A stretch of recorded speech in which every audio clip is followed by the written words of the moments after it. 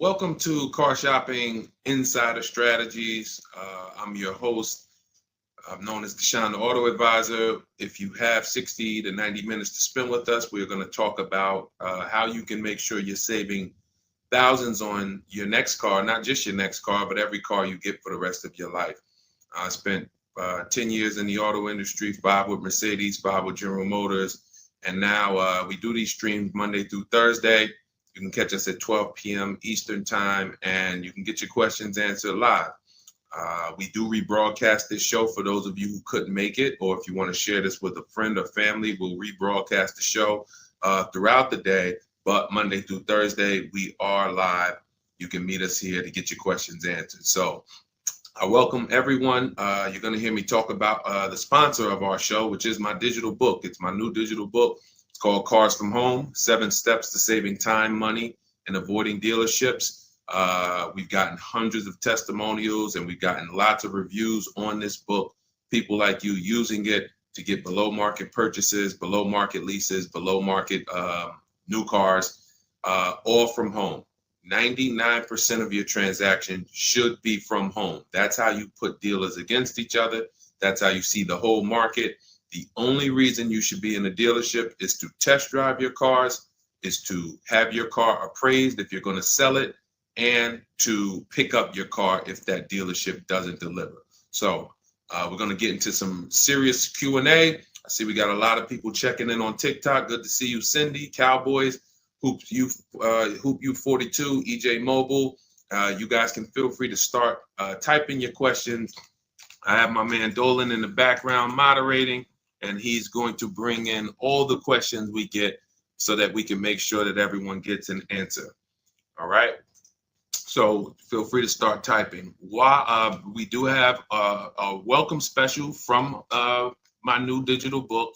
It's normally $97, but for 30 minutes, you can get yours for $24. That's 75% off because I want you to have this information and I don't want money to be a barrier to you having this information. So you can get yours for $24. If you get to my TikTok bio, the Instagram bio, the YouTube comments, and the Facebook comments before 30 minutes, you got yours for $24. It's worth $97 and more, but $24 is better. I'd love for you to have that special. So feel free to start typing and we'll get to it. Nigel, Kodak, good to see you. Rob, Enrique, this is our Wednesday, May 7th live show. So for those of you who may want to know, are we actually live? I'm going to be saying the dates on the show just so everyone who is live knows that we are live and they can actually type your questions. So while you guys are typing, I want to tell you about this 7-step system that you want to be operating in. You don't want to be out here winging the car buying process anymore, the car shopping process anymore. This is 7 steps. Whether it doesn't matter whether you're a high mileage driver, bad credit person, good credit person, lease person, purchase person. 7 steps. First step is the most important question. How many years are you keeping your next car? This is the most important question because we need to know how are we going to beat depreciation. Depreciation is what we call the unseen expense. If you buy a car today for $40,000, you don't drive the car one single mile. You don't even drive it. Say you don't need it. You park it outside your house for 1 year. $40,000 car. Come back in a year, what's that car worth? Throw some numbers out there. Your brand new car, $40,000. It could be a used car too. You bought the car, you drop it outside your house, you never touched it. Is that car worth $40,000 1 year later? Didn't drive 1 mile. Didn't drive 1 mile.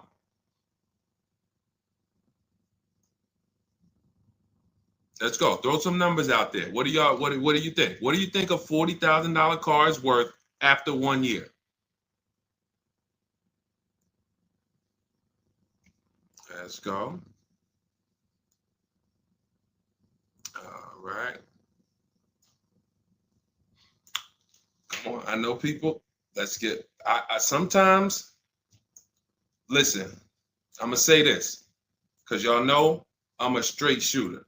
For those of you who are just new here, I have to let you know, most of the people who have a hard time with us getting to the money, literally getting to the money. It's not a matter of the information.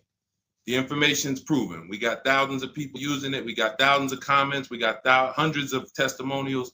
It's the ability to focus. It is the ability to focus. We live in a world where it is very hard for people to focus, and that is where you lose. So I'm letting you know, when you come here to Car Buying Insider Strategies, you have to lock in. If you're going to be here, if not, you're not going to be able to win. You're not going to be able to use what we teach to literally dominate your car buying processes and have total wins, like Milligan, almost $30,000 off an electric car. Like, Just Ralph saving $5,000 off his brand new 2025s. He bought 2 of them. Dealerships dropped the price. The moment they came out, he got them back in December. They dropped the price on both of them over $5,000. Like, these are brand new high demand cars. You're going to see me share a bunch of people that like, whoa, those results look amazing. And these people are telling you they'll never buy a car any other way except the Cars from Home way with bids. But they focused. Whenever they met me on a video, social media video, hopped on a live, you have to focus, okay? And that's how you're going to win here. So let me talk to the focus people. I see you, KSA. I see you, Nisi, on Instagram. All right, I see you, John. We got you on YouTube. Jay, we got your question coming. So that's the depreciation. You buy a car for 40, your car is worth 30 a year later. It's worth 35 a year later. Even if you didn't touch it, you didn't drive it, you just literally parked it outside your house. So that means our cars are losing value daily, whether we drive them or not. So the reason why the most important question is our first question: how many years will we keep this next car? Because we need to determine, are we going to beat depreciation with a short-term lease, 3 years, or are we going to beat depreciation with long-term ownership? Well, thank you, Will Rosa. Shout out to the people liking the show. If you are a long-term person, that's where we are purchasing. So that's step 1 in the process. Before you think about, Deshaun, what about my old car? I need to trade that. Nope, you're going to see we don't trade, we sell. But before you think about, Deshaun, I want this car. How do I get the best price on that? Before I think about anything, we are thinking about how are we going to beat the unseen expense, depreciation, because that is what most people overlook, and depreciation kills them, and they don't realize how much depreciation has killed them until they come years later to try to replace their car, and they're like, wow, that's all my old car is worth? Who's had that happen? Who understands that every time you have gone to replace your old car, if you replaced it in 3 years, 5 years, 6 years, besides the pandemic, when every single car was worth $7,000 more than what it was really worth, so you could buy anything and you could win. Besides those times, isn't it more likely that you went to replace your car and you're like, whoa, that's all this car is worth? Man, that's all you're giving me? Because the depreciation has really, really set in, and we have not held the car long enough to have that win. So that's why this is the most important question. Then we move to equity assessment, where we get bids. Then we move to deal structure, where we structure, what does a great deal look like? What does it look like if I lease this vehicle and it's a great deal? Not these bad deals I see on commercials. What does it look like for me to budget and make sure when I go shop, I'm not going over my budget? In fact, I want to shop way below my budget. That's what we do in step 3. Takes us about 10 minutes. Then we move to shopping. This is the fun part. And I want y'all to understand something. Shopping is deciding what you want. It's not buying it. It's not buying it. Shopping is deciding what you want.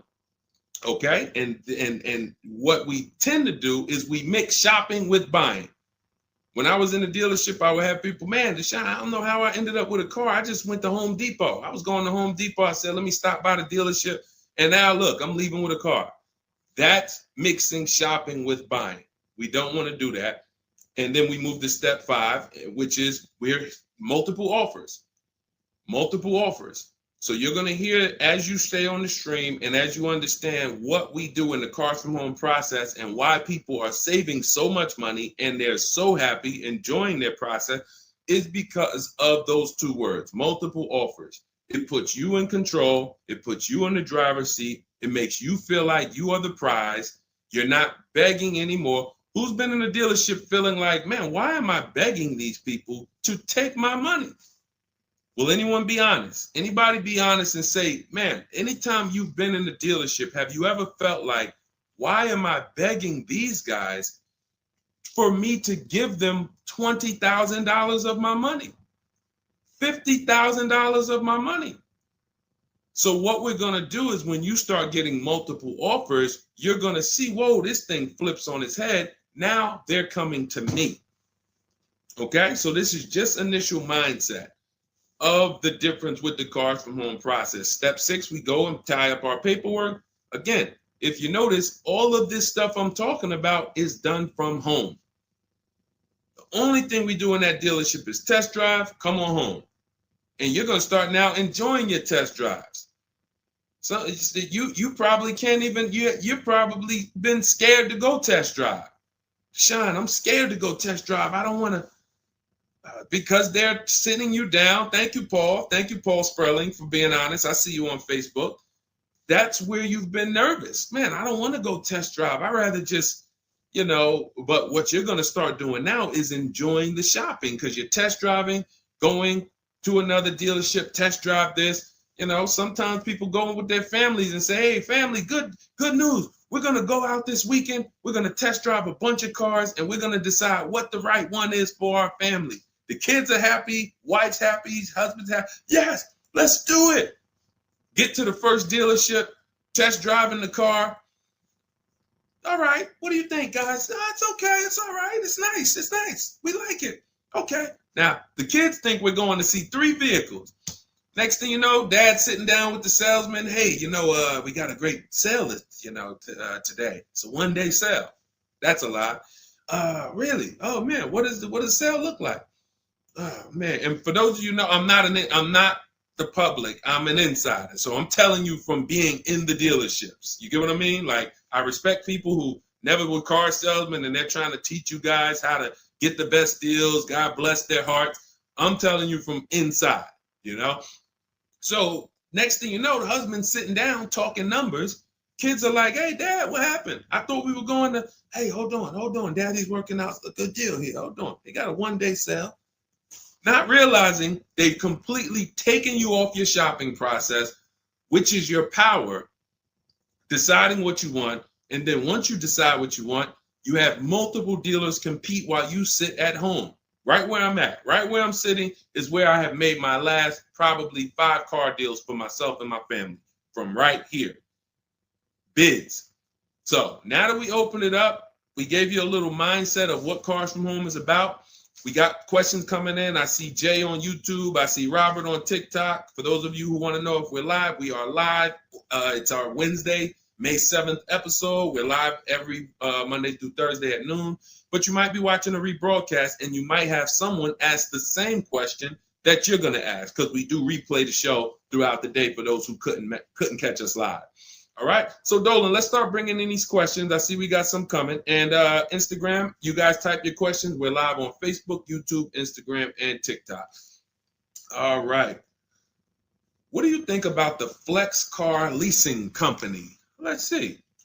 It's Flex Car Leasing. All right. See if we can find out about Flex Car. Live large, spend small. Sounds like a good quality lease. That's literally, listen, I leased my first car, I was 22. I had other friends buying cars. My payment on my Pontiac G6 was $256. It was a $20,000 car. I never had a problem with it because it was always under warranty, and my other friends were out there, buying cars they were paying double what I was paying. And again, if you're keeping your car 8 years or longer, forget about leasing. You should be shopping for a below market purchase. If you're not keeping your cars 8 years or longer, below market leases is how we save all the money keep thousands in our bank account, drive incredible cars. So let's take a look. It says Flex Car is the first and only month-to-month car lease because freedom shouldn't come with a contract. Once you flex, you'll never buy a car again. Now, I like this. We're just judging it by what do we get to drive? Here's how you judge leasing, y'all. What do I get to drive and what do I pay for that? For example, I told you guys my first lease was $20,256 a month. Then I got an Infiniti G25. Our payment was, that was early. That was like 2011. It's like a $35,000 car. I want to say I was like low threes or either high twos. Ridiculous deal on it. Wasn't no more than that because after that I got an Infiniti Q50, $45,000 car. My payment was $325. After that I got another Q50. I had 3 Q50s in a row. My next payment was $345. My last one was $365. That was all of these are $45,000 cars. No money down. I do not put money down on leases, and I teach you how never to put money down when you're shopping. When you know you have a great lease deal, then you can put money down. Let me give you an example.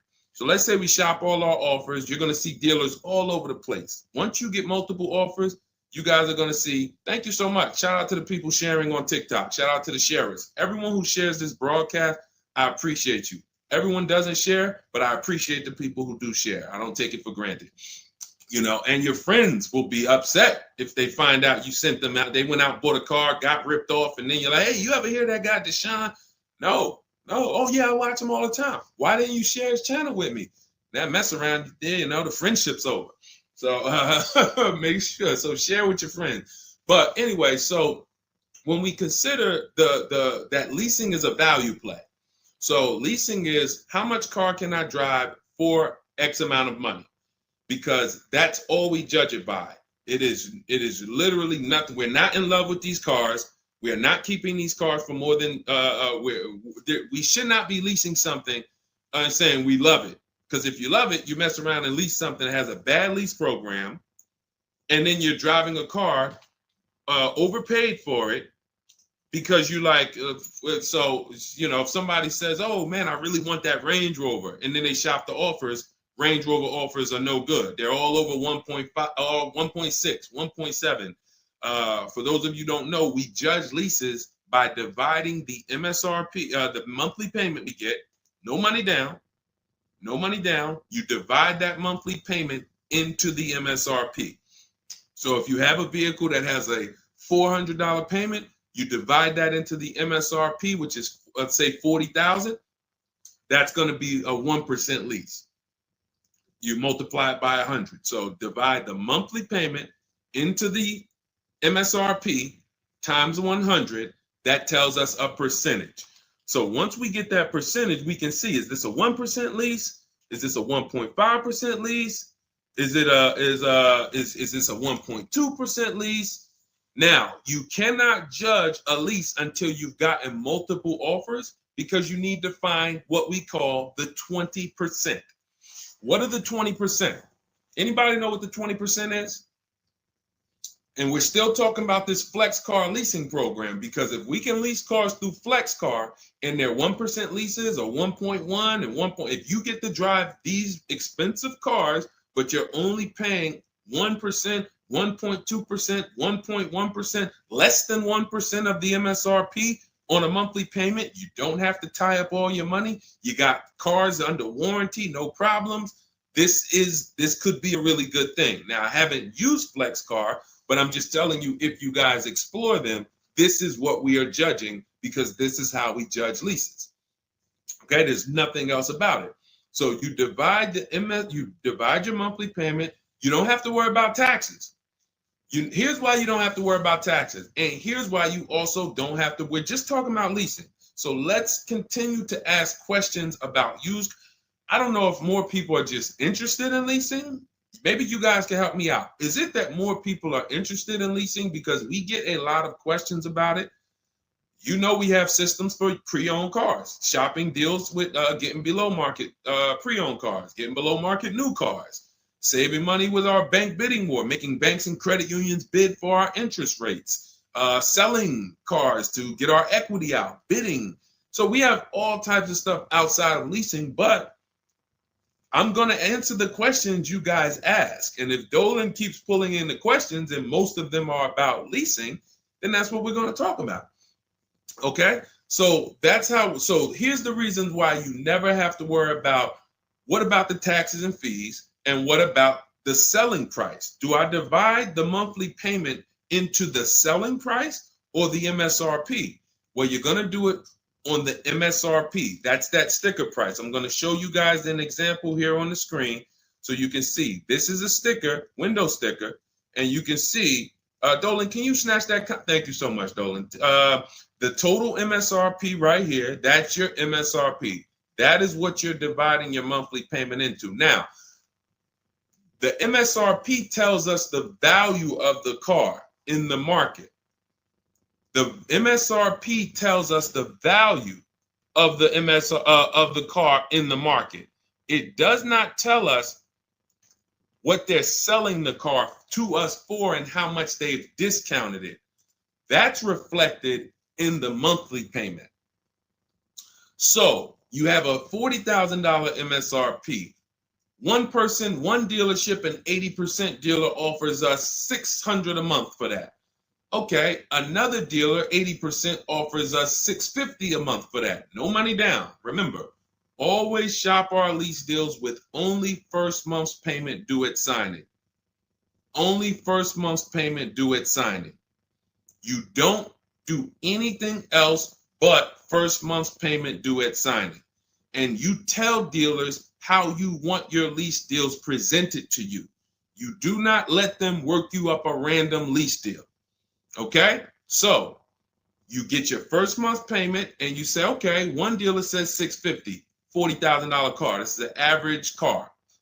$600. Another dealer says $550. But then here comes this 20% dealer, $425. So now you're looking and saying, whoa, the percentage for the higher dealers is 1.4, 1.45, 1.6, 1. But this lowest dealer is 1.2, 1.1. What's going on here? Same exact car. This is the 20%. You've identified the 20%. They've identified themselves, and the lower sales price that they're giving you is reflected in the monthly payment. So we don't so the monthly payment is where we can see the discounts, not the MSRP. So we divide that monthly payment into the MSRP, gives us that percentage, and we can see those with the lowest offers, lowest percentages have made us the best deal. And we always make sure we tell them, put your taxes and fees into the payment. Okay, now I have templates for this. So everything we do is by email. If you guys want to take this and use it, you want to try calling around, just remember this stuff. For those of you who do not want to remember it, you're like, Deshone, give me the blueprint, give me the step-by-step.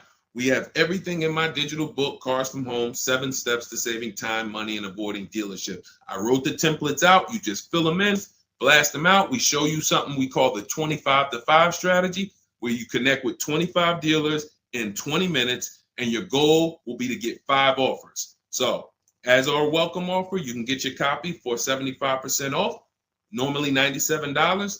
But if you head to my TikTok bio, you won't leave the show, Instagram bio, YouTube comments, or the Facebook comments, you can get yours for $24, which is going to be 75% off. It's a digital book. You'll have it by the end of the stream. Okay? But this is very important. When we're judging lease deals, whether it's through FlexPay, whether it's through an individual dealership, it does not matter. We are judging them based on value. And the lower percentage I'm paying to drive X amount of car, the better value that we're getting. Okay? That makes sense? Type dollar signs if that makes sense. If anybody needs me to go deeper on that, we can certainly go deeper. Okay? I just had to, there's somebody named Pop. We blocked him on TikTok. He said, talk too much drama to drive a car. He never say that with a house. And if he would, he's totally ignorant. And here's the thing. We have been taught by the auto industry, a multi-billion-dollar industry, that we know as the public takes advantage of people and rips them off. As an industry, not every dealer, but as an industry, they take advantage. They do not get sued. We have people who are driving the same cars, paying $200 more, same exact car. No one is getting lawsuits. You're ripping us off because you've taught us that we should be able to come into the dealership, make a $30,000 transaction on the low side. The average car price is probably 40, 45 grand. They've taught us that they've taught us we should be able to make that decision in 1 hour with no real competition and no real information. So when we talk about strategy and the way we save money, when you look at somebody like a Marie, hey, just wanted to reach out and say thank you. I love these emails, by the way. Those of you who have my book, who are using it, please continue to send me these types of emails. Marie said, just wanted to reach out and thank you. Using the guide, I saved over $13,000 off MSRP, got my payment to be hundreds lower per month and maintenance included with no money down. Just wanted to say thank you. 2025 GLC 300 coupe fully loaded. Now, some of you have this exact same car or you know someone with it. You know someone with it. And they probably went out, got it traditionally in 2 hours, did very little shopping because they wanted this car. But Marie used the cars from home process, got my book, $24. Hopefully she got it at the welcome offer for $24. And that $24 investment saved her $13,000 off this new car. $13,000. We are not here on Wednesday, May 7th, to talk about hundreds of dollars. And these are the people who would be warning you guys to say, hey, you better have a process. And if you don't, that's okay. You don't need a process. Just know you're overpaying. And just understand that the car business has mastered sending you down the road in your car and you overpaid and you're smiling.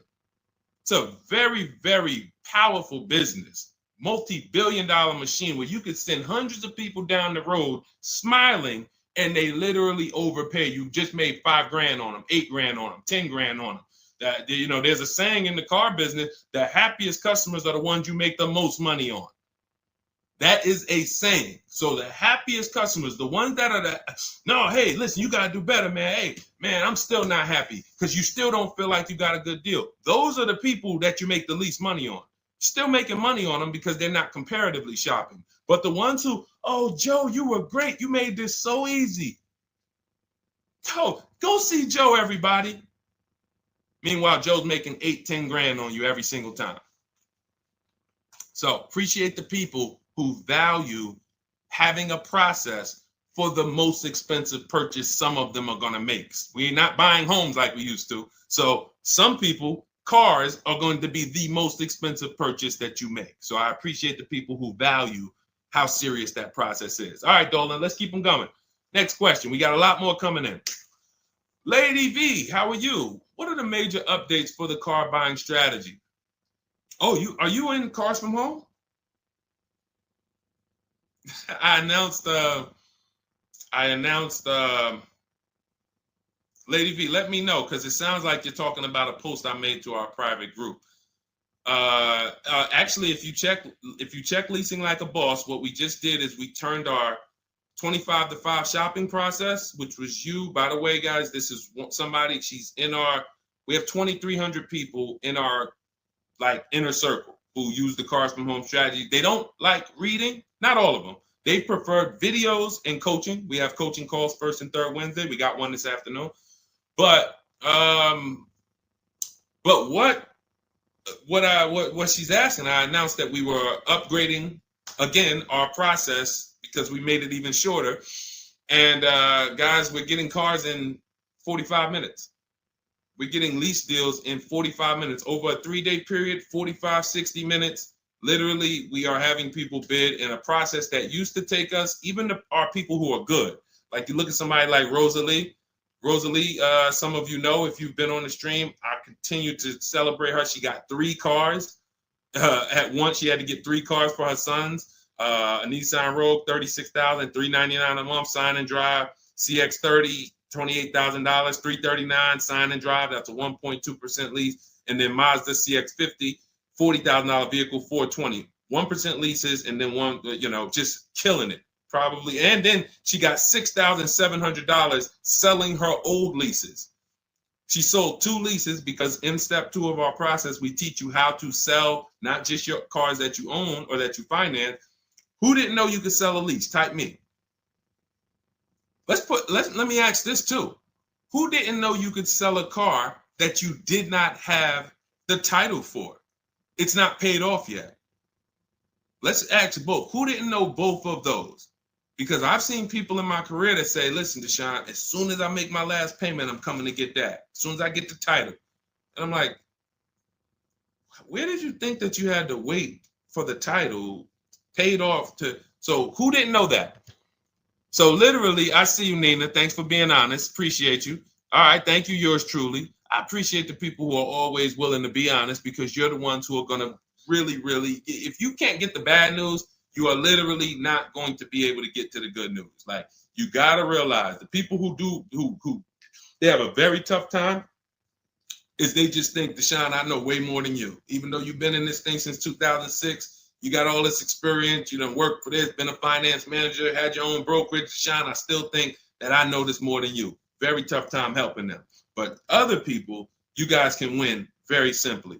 So when we look, she's asking, we were getting these cars in roughly an hour and a half, 2 hours from home. Now, I'm doing it in about 60 minutes. But I created a quicker process, cut some things out, and we just are uploading new things to our membership page that are going to have people literally popping in over a 3-day period. Morning, 10 minutes. Afternoon, 10 minutes. Evening, 10 minutes. You do that by your second day, you're going to have 5, 6 offers, 7 offers, and be ready to close the deal. Like, that quick. That quick. I'm always about quicker. Deshone, y'all getting cars in an hour and a half from home. Yeah, but can we do it quicker? So that's what we got. So check Leasing Like a Boss, and you'll see some of the new videos already in there. And thank you, Daniel. He said it's worth the price. And it's in the book. So very important to understand. Everything we're talking about, guys, you can get it for $24. If you get to the book before the 30-minute welcome offer expires. This is the same system. Some people just like videos and coaching in our community, 1,600 people in it. They want to be in that. Like, let's do this together. Let me ask more questions. We can't answer questions for people who have the book. Unless you pop on a live and you catch me here. So thanks, Lady V. But yes, check out the membership page and you'll see all of the new videos in day 5 for the 25 to 5 strategy. It just got quicker. All right, go ahead, Dolan. Pull the next one up. All right. And every time y'all hear something that you like, can you continue to run up these likes on TikTok? Appreciate it. I see we're about 300 now. But if y'all can continue to run those likes up, it means a lot. It lets TikTok know, hey, they're talking some serious stuff over here. Let's bring some more people over here so more people can benefit. My man Paul Sperling on Facebook. How are you? Are there dealerships that won't allow you to lease unless you use their financing and not use your own credit union? This is a great question. Wanted to know if it was true because Genesis Salesman told me that. Great question. So Paul, with a lease, we must use the dealer's bank or the manufacturer's bank. It's not like a finance where we can go and we can get our own financing. We can shop around for our own financing. And the reason we're doing that is to make sure that they're not overcharging us for the financing. So we have a process we call the bank bidding war, where we strategically let tons of banks and credit unions shop our credit without it lowering our credit score with all these inquiries. And we do it within a window, and it allows it to only show, it only affects our score as one hard inquiry. So these are the steps we take to make sure we are not overpaying. Thank you, y'all. Yali 288, #1 gifted badge. Appreciate you. But on a lease, it's different. We must go through the dealer's bank. Now, here's what could happen. With a lease, there's something called a money factor, which is an interest rate. That's an interest rate on a lease. It's called a money factor. Now, dealerships, if they know you are not shopping, and some, the 80%, even if they know you're shopping, they're going to mark up the money factor. So they're going to create and quote you with a higher money factor.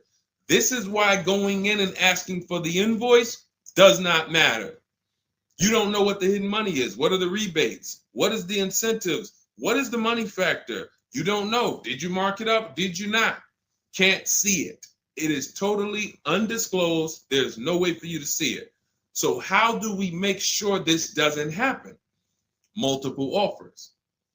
Because when we know you're shopping now, and again, you're going to see as you guys get multiple offers, sometimes it's not going to matter. You're still going to see offers that are extremely high. And you're like, these guys are still quoting us high, even though they know we're shopping. Correct. Because this is what they sell their cars for. And they will sell this car to someone else for the higher price who does not have strategies before they discount it to sell it to you. They would much rather say, Mr. Customer, that's my best deal. I'm sorry if it's not in your budget, but that is my best deal. They're not lying because they're going to sell that car to someone else who does not have strategy, who will gladly pay it. But once you begin to shop around, you're going to see, like I have a market report up. Can you snatch that question down for 1 second, Dolan? There's a market report up here on the screen for an Infiniti QX60 Lux. It's a $61,000 vehicle. Now we can see so far, and this was literally when we got 4 offers. Now what you're going to be getting is at least 5 to 7, and then you make your decision. Only vehicles that are very scarce, you're going to see less than 4 offers or less than 5 offers. And then at which point we usually make a decision on, do we want this vehicle or do we want to hold off and maybe check back next month, because we need competition. But in most cases, you're going to see plenty of offers come through, 5 offers, 7 offers. This is how most market reports look that we prepare. We prepare these for people, and this is what we teach you to do for yourself. So as you can see, $61,000 vehicle. One dealer is at $873. Sign and drive, no money down. One dealer is at $889. But then we have 2 dealers that have come in at $680 and $685. $200 apart. So now there are people in these other dealers that are at $800, almost $900 a month, negotiating. Come on, man, can you get me down under 8? You see how that's a losing battle? They're at $889, right? They know we're shopping, because when we shop, you always want to let dealers know. I'm speaking to a couple dealers. You catch more flies with honey than with what is the saying? Vinegar. So be nice, be friendly. All the scripts we have, you use our scripts. We have thousands of people using our scripts from our book and from our Shop with Deshone coaching program. And they're nice. They're friendly. They're not like aggressive. They're firm. But when you're talking to dealers, just be, hey, I'm shopping around. Hey, and you're still going to see, that's my best price, $800. That's how you know. Don't get emotional. This is the 80% Deshone told us about. Don't expect them to do what the 20% does. Expect them to be high. You're $150 higher than the other dealerships. Are you going to come down? No. Because 16 million new people buy new cars a year. And sorry, I'm glad you got strategy, and I'm glad you know how to find this 20% dealer that's $150 less a month than me. But that's not going to change the fact that I'm going to sell this car to someone else. And they'll try to lean on you and say, well, do you want it? Because, hey, that's our price. No, I'm sorry. We don't want it. Thank you so much, though. So this is what we're dealing with when we are dealing with car salesmen. which is why you must shop multiple offers to be able to get your best offer. Now, when we look, going back to yours truly's question about, can you pull that question back up about the shopping for the lease financing? It wasn't yours truly's question, I don't think, Dolan. Whatever the last question was, because what we're talking about is in those $800 a month payments, what is making those high payments so high? It may not be that they're not discounting only. It might be that they're not giving a big discount, and the finance managers are so used to robbing people that they say, listen, every single lease quote that y'all quote, make sure you put 1 point in there for me. Every single lease quote. Do not bring me a lease customer if you don't have any padding in that money factor for me. And that's what they do. So they are not going to lower the money factor. They can't. There was salesmen. I remember when we were salesmen, they used to start negotiating the rate. Hey, what if I could get you down to 3.9 or 4.9? The finance manager come out and say, why are you saying that? You're giving away my money. You negotiate the car price. You negotiate with their trade with them. You don't negotiate my money, because the finance managers are like, hey, when it comes to that rate, that money factor, those interest rates, that's my money. And there are some dealers who have it built in, which is why you must comparison shop. You stay at home. Again, if you want to do it your way, you want to call around, you want to get at least 5 offers. Using our way, we'll show you how to get 5 offers, contact 25 dealers in 20 minutes, and then literally in minutes, you got offers coming into your inbox. But whether you're doing it our way or whether you're doing it your way, stop doing it their way. Their way is just come on in, think you can negotiate back and forth, and then once you hear a number that you feel like it sounds good, that's when you take it. Losing battle. Okay? Let's go, Dolan. Pull up the next one. All right, I see we got a lot of questions. We got Nina. For those of you who don't know, we are absolutely live. This is our Wednesday, May 7th live. We're live every Monday through Thursday at 12 noon, so you can meet us here. If you couldn't catch the whole stream, we will rebroadcast this show throughout the day, so you can have your friends, family watch it, or you can catch up on some of the things you missed. We'll replay all through the rest of the day. And on the weekends, we take all the shows from the week and we rebroadcast them out, so everyone can catch up on things throughout the weekend. All right. And most times you're going to hear someone ask the same question you were going to ask. All right. When getting quotes for your Adrian on Facebook, when getting quotes for your car for trade, who all should you get quotes from? This is a great question, Adrian. 6 companies right now. 6 companies. And we could throw a 7th in because Rosalie sold hers to We Buy Any Car. So this is step 2, guys. This is called the equity assessment, because we don't trade. Trade is a curse word here. The only people who have to trade using our system are people who buried themselves in negative equity, and now we're working a transaction to get them out of it. They can't pay the difference, so they have to trade their car into whoever wins the bid.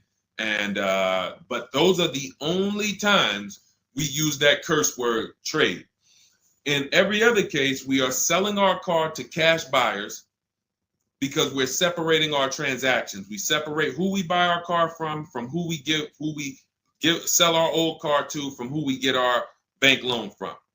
Some of you, and be honest, have you given the dealership your trade-in, got a loan from them, and got a car from them? All 3 in 1. Have you done that?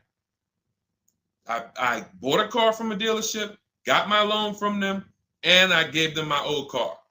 3 transactions in 1. Impossible to have 1 there. Again, take the bad news first so that we can get you to the good news. You cannot win giving a dealership 3 transactions in 1. Okay? Each one of these should be bid out while you're at home so that you know I've maximized everything. Okay? So 6 companies we're getting bids from: CarMax, Carvana, Driveway, Kelly's Blue Book, but not the regular Kelly's Blue Book, Instant Cash Offer. Kelly's Blue Book Instant Cash Offer, where they connect you with a local dealership that gives you a cash offer. Auto Nation, cash offer. Car Gurus, cash offer. All three of them connect you with a local dealership to get a cash offer. Now, when you throw in We Buy Any Car, or maybe a local cash buying company that you might see commercials with, hey, we want to buy any car, we'll buy your car. All of them. Now, this takes about 25 minutes to do to get all of these quotes, but you're not getting, this is a third of your transaction. So those of you who are like, I'm just going to trade, God bless you, do you. But you're not going to make the money we make. You're not going to make the money Rosalie made. Sold 2 leases, put $6,700 in her pocket at the end of the lease. And what many of you, do I still have Melissa's See, Melissa, many of you who are going to learn that you have not been a long-term person and you have been buying your cars, you're going to get your bids, and then you're going to put a ton of money in your bank account because you're going to lease with no money down. And once you lease with no money down, I don't think I have it up. I think it was from last year. And because we're just showing all 2025s and 20. Yeah, that's all we're showing right now is, recent people, but some of these, Dolan, I'm going to go back and grab because some of them were unique in that when you see you've been somebody who's been taking loans out and you're like, Deshone, every time I buy a car, I take loans out 5-6 years. I go trade the car in after like 4 years, or maybe I pay them off and then I go and trade them in. And I always end up really not getting nothing. I got high payments every time. And then whatever my old car is worth, I use it for a down payment for the new car. I don't really see where that money goes. So this is a repetitive cycle. What you're going to do is actually get your cash bids, realize, all right, I've been breaking the 8-year rule. The 8-year rule says if you're not buying your next car to keep at least 8 years, you should be getting a below market lease. That's what you should be shopping for. That's going to save you thousands upon thousands of dollars more, and you're going to drive better vehicles. If you're keeping your car more than 8 years, then you should be shopping for a below market purchase, new or used, based on your budget and your values. So the 8-year rule. So you say, man, I've been breaking this 8-year rule. I'm not keeping these cars 8 years. Let me go and shop for my below market lease next time. So my normal car that I would normally trade in, not really see where that money's going. Now I'm going to bid that out to CarMax, Driveway, Carvana, Kelly's Blue Book Instant Cash Offer, Driveway, Car Gurus, and We Buy Any Car. I'm going to see the highest bidder. The highest bidder might be like, because Melissa, I think she made like $14,000. She had like a 5-year-old car that she would normally trade, but it was paid off. And she's like, all right, I'm not going to go and use this as a trade and buy something else. She gets like, you're going to have like 12 grand equity, 15 grand equity. Beautiful. And what's going to happen is when you shop for your below market lease, you're shopping with only first month's payment due at signing. So you find your lease, you've already been paying super high payments because you've been purchasing. Now you're like, whoa, I could drive this new car and it's $200 less than what I've been paying. I don't got to put no money down on this thing. You pull out of there with a super low payment, new car, and you got a $12,000, $15,000 check going in your bank account. Got my car, and now I can see where my equity is going. It ain't going to you, dealership. It ain't going in that car. It's going in my bank. And this is, that's one of the most beautiful things I love to see. And it only happens for people who have been, unfortunately, programmed and brainwashed to buy cars. They don't keep them 8 years. And then when they come to the revelation, now it's like, boom, equity goes in the bank. I'm driving new cars for cents on the dollar. Beautiful. All right.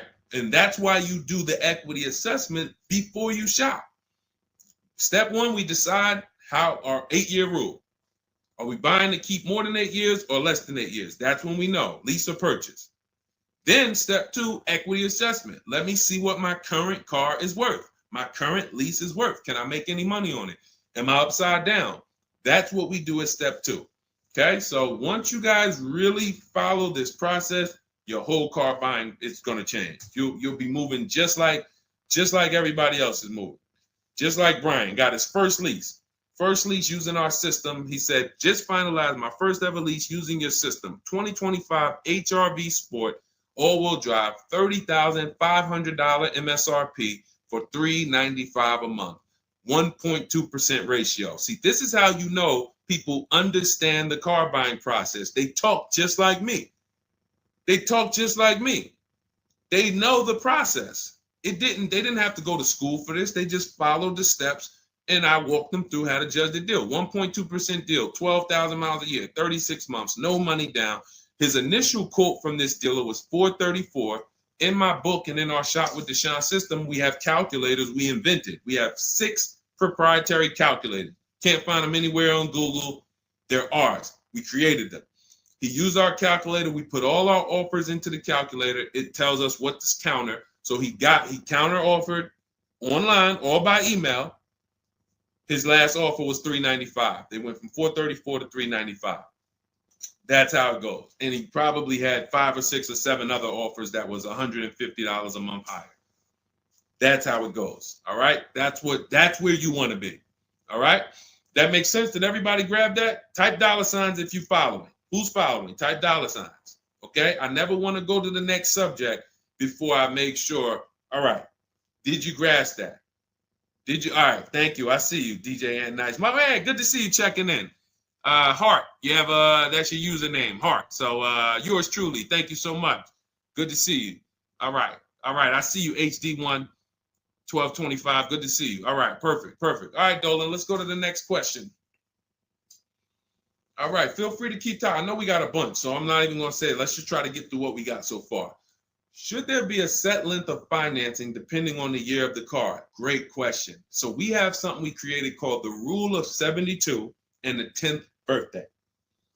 This is, all right, there's something we call the repo recipe.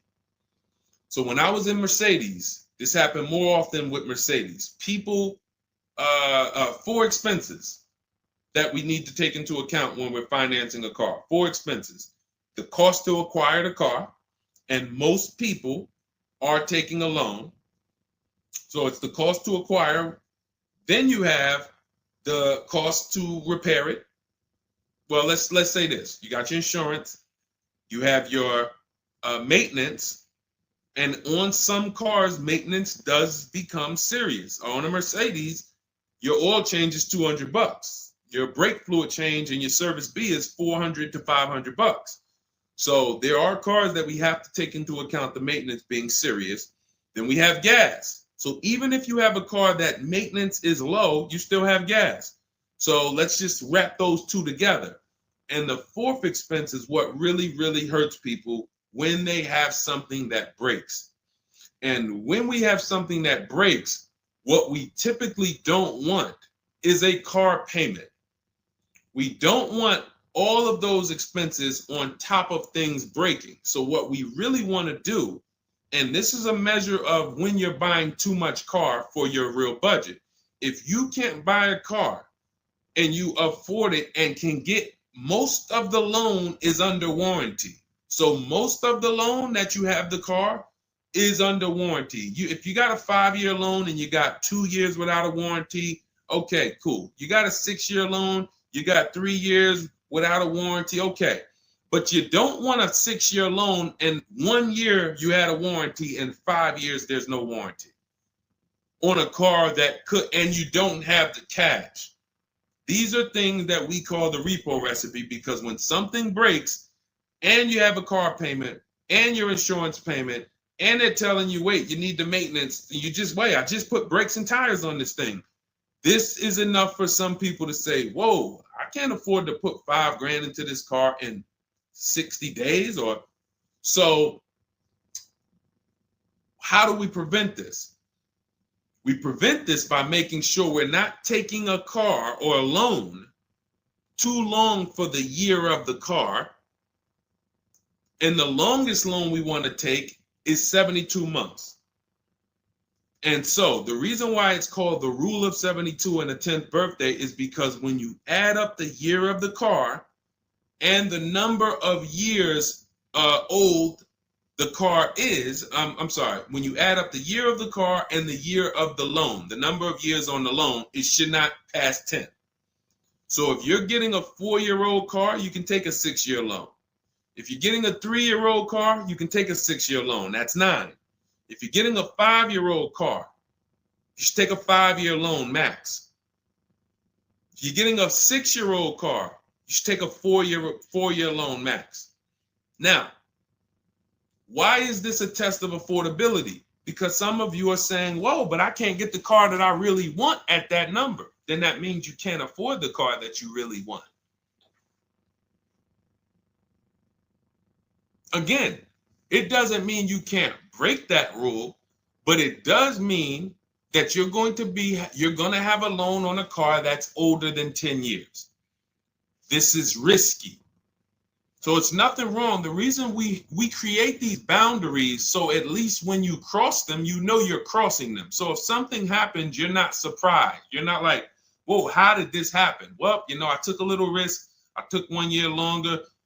Then, the car's 11 years old. I still got a loan on it. Stuff goes wrong. I'm out there. I got more exposure. But if we use that as a gauge of affordability and say, you know what, if I can't afford a 6-year loan on this car, then I can't afford the car. If they're telling me I got to take 7 years, that's why we cap both. We cap the number of years you should take at 72, absolute longest. And some of you know we default to a 5-year loan when we're shopping. This will also help you because you'll look and say, 5-year loan, every $5,000 is about $100 per month. So as you're shopping and you're looking at cars, you should be saying to yourself, all right, $20,000, that's about a $400 payment. All right. And that's if I put no money down. You got your taxes and fees. Maybe I'll take care of the taxes and fees, but that $20,000 car is going to cost me about $400 a month, 5 years. $80,000 car, you're looking at, divide that by 5,000. That's $1,600 a month for 5 years. Doesn't matter how high you go. But when you don't have these rules and you go in, here's what tends to happen. You look at cars that are way more expensive than you could afford, and you say, hey, can you get me to this payment? And a salesman, are they ever going to say, no? They're going to say, oh, let me see what I can do. Next thing you know, they come out and say, hey, good news, I got you to $1,000 a month. Hey, good news, I got you to this. Way below what our rules are. Way below than the $5,000 every 100. So you got to say, how did they get me to way below the every 5,000 is 100? How many years is the loan, sir? Oh, well, listen, what's more important to you, the payment or the number of years? Well, both are important to me. How many years is the loan? Well, right now, this is an 84-month loan. This is a 96-month loan. Wait, so 7, 8 years? 8 years, 9 years? You're talking like, yeah, well, and that's how you get jammed up. So if you keep these boundaries in place, longest loan I'm going to take 6 years, 72 months. When I'm shopping for a car, if I'm purchasing it, not leasing, I am looking and saying every $20,000, every $5,000 I'm going to borrow, it's going to cost me about $100 per month. If you do these things, look at the car. What's the year of the car? 5 years old? All right. Max I want to do on that car is a 5-year loan. Oh, it's only 3 years old? All right. I can stretch to a 6-year loan if necessary. You keep these boundaries, you will be safe. You stay far away from the repo recipe. When things tend to go wrong at that 9, 10 year, 11 year mark, you got to put some money into the car. Car is paid off. You don't have to worry. Okay? High dollar signs if you guys followed that, and we can move on to the next question. Everybody clear on that? Colin Moore, welcome to the community. New follower. We are live. It is our Wednesday, May 7th episode. You may be watching us live at noon, or you might be watching a rebroadcast. We rebroadcast the show throughout the day until our next show tomorrow, which is at noon. Monday through Thursday, we're live at noon. You can please tell your friends who are shopping for cars, meet us here. If they'll be shopping for cars in the next 6 months. This is where they want to be. And they really don't want to wait. I mean, I'm trying to get people to stop waiting till they need a car to go and start learning this stuff. You want to be in the market 90 days before you need a car. We've been programmed again to wait until, and it's probably the anxiety. I put it off to the very end. We've just been programmed to wait until the very end, and then we go in and now we have desperate vibes. We're like, oh, I got to take anything I can get. We really want to be strategizing our car purchase early in the market, able to say no to offers very early. This is power, where you can say no. You can email. We have dates that we give the dealerships of, hey, this is when I can buy a car. I could buy it today, but I don't need it for 2 months, 3 months. That really puts us in a position of power, because everyone they're dealing with is desperate, walking in saying, I need a car today. Oh, I hear these cars are hard to get. All of this wrong, desperate energy that's going to make them pay more. That's what they want to sell. We come with, no, we can make a deal today, but we don't have to make a deal today. And when we come like that, it really positions us to, next month, the car salesman will be like, man, I ain't sold a car in 4 days. Oh man, let me call Kevin Gillard. Hey, Mr. Gillard, are you still in the market? Yeah, I'm still here. I told you I got until I got a couple months. Oh, cool, man. Listen, I think I could get that offer you made last month. We couldn't do it last month, but we were super busy. Everybody was in here, man. We charging them all of this money, but right now we're pretty desperate, and I would like to take your offer to my manager. Sure, definitely. That's obviously not what they say, but that's what they're thinking. So you want to be positioned for that. If you shop every single time in an emergency, you're not going to be able to be positioned for that.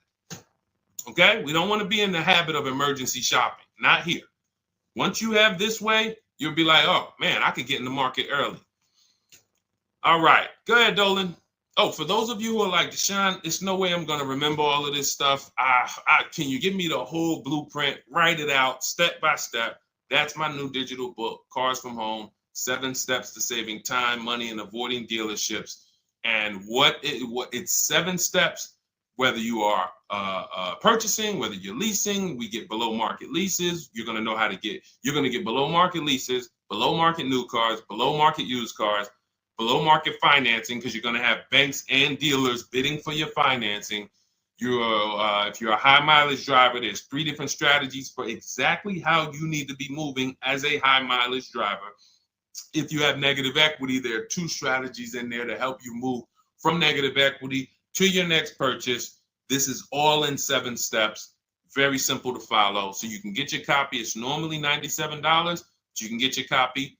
Part of our welcome offer, 30 minutes only. If you visited already and that timer started, once 30 minutes goes to 0, it is now $97, which is worth every penny. But I'd rather you get the welcome offer. So go grab it. TikTok bio, Instagram bio, Facebook comments, YouTube comments. Click those links.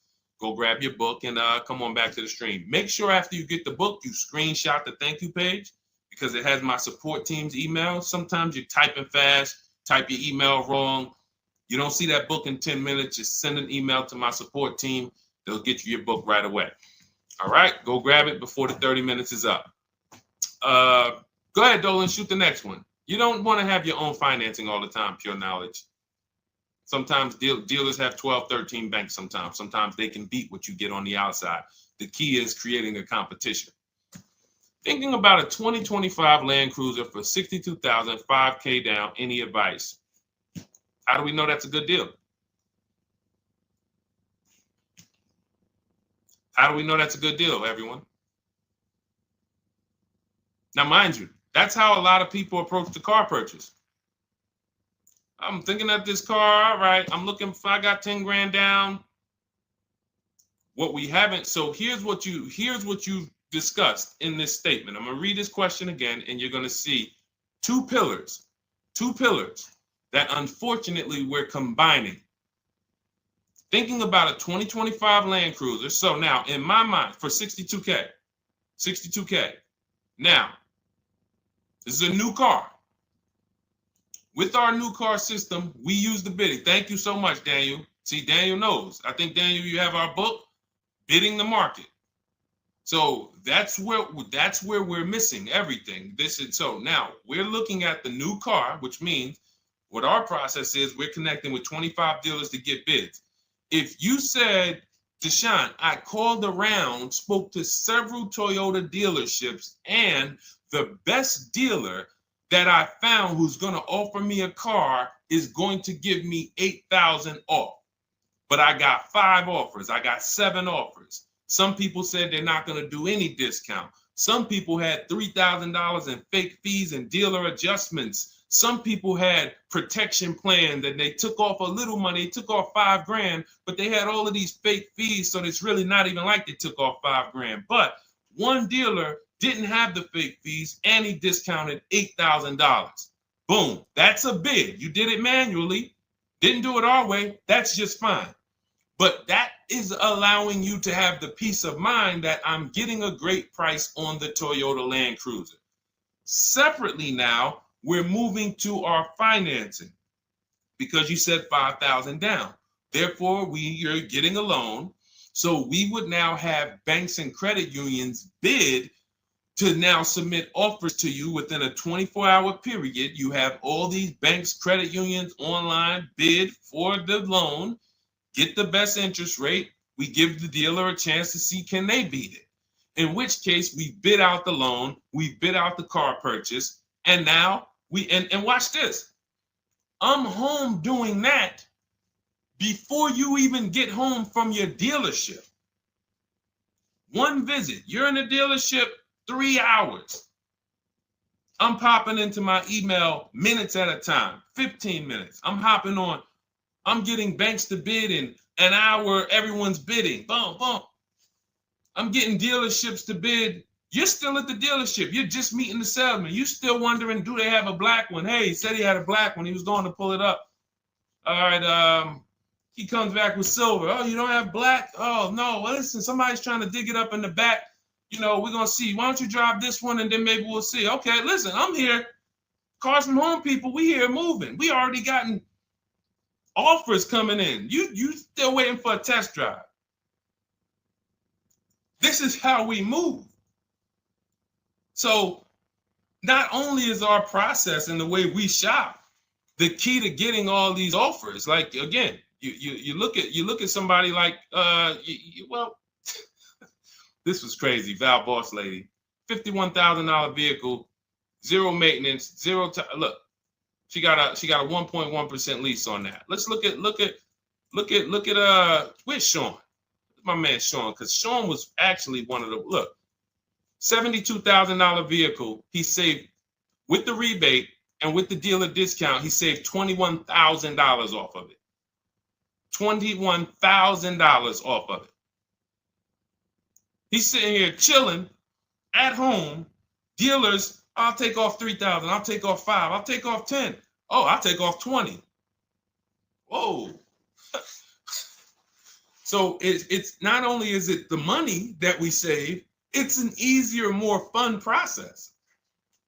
So that's what you need to do. Like, step out of that old way.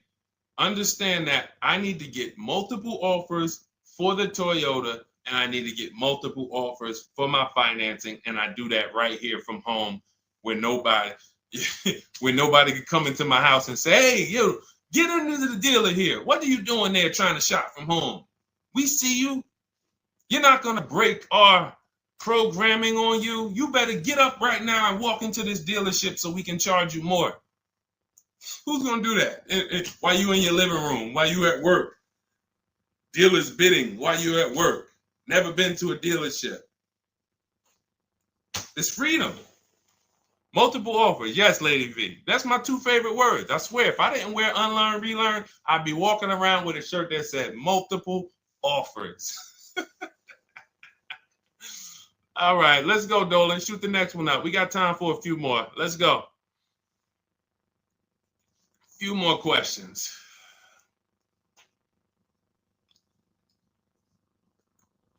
Atiba on Facebook. How is the best way to sell your personal car? Is that in the book? Yes, that's our equity assessment. Step 2. Step 2. Multiple offers.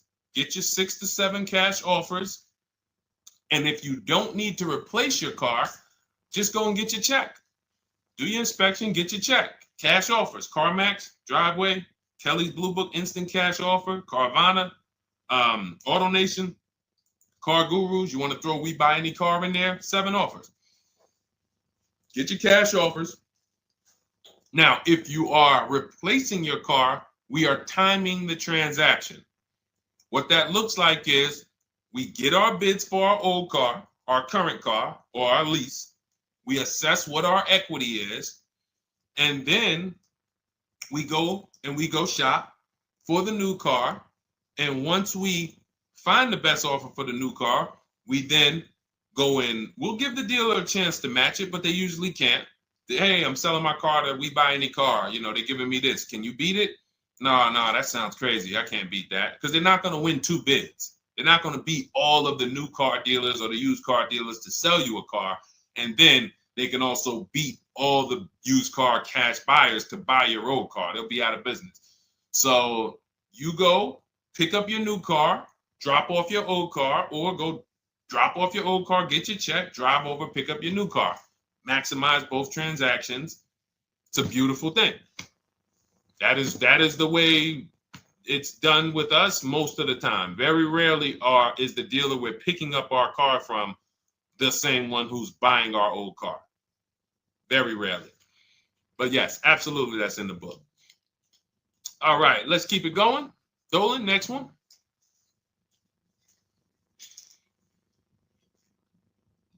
Daniel Thompson, Deshone, I've been keeping an eye on a used vehicle that has been sitting on the lot for over 60 days.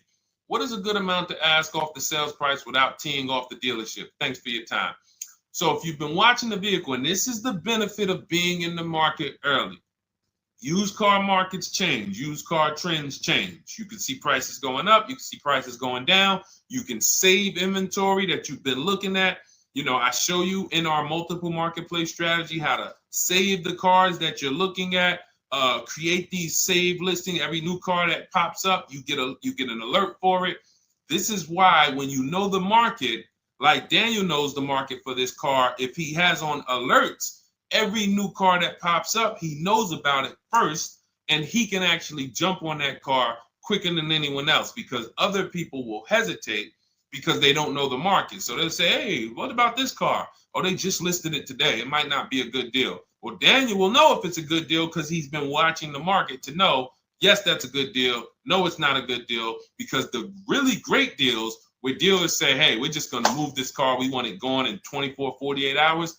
Those are not going to last. So literally, once they list them, you want to be able to say, oh, I saw that first and I know the market. Hey, you call, oh, just got a cramp.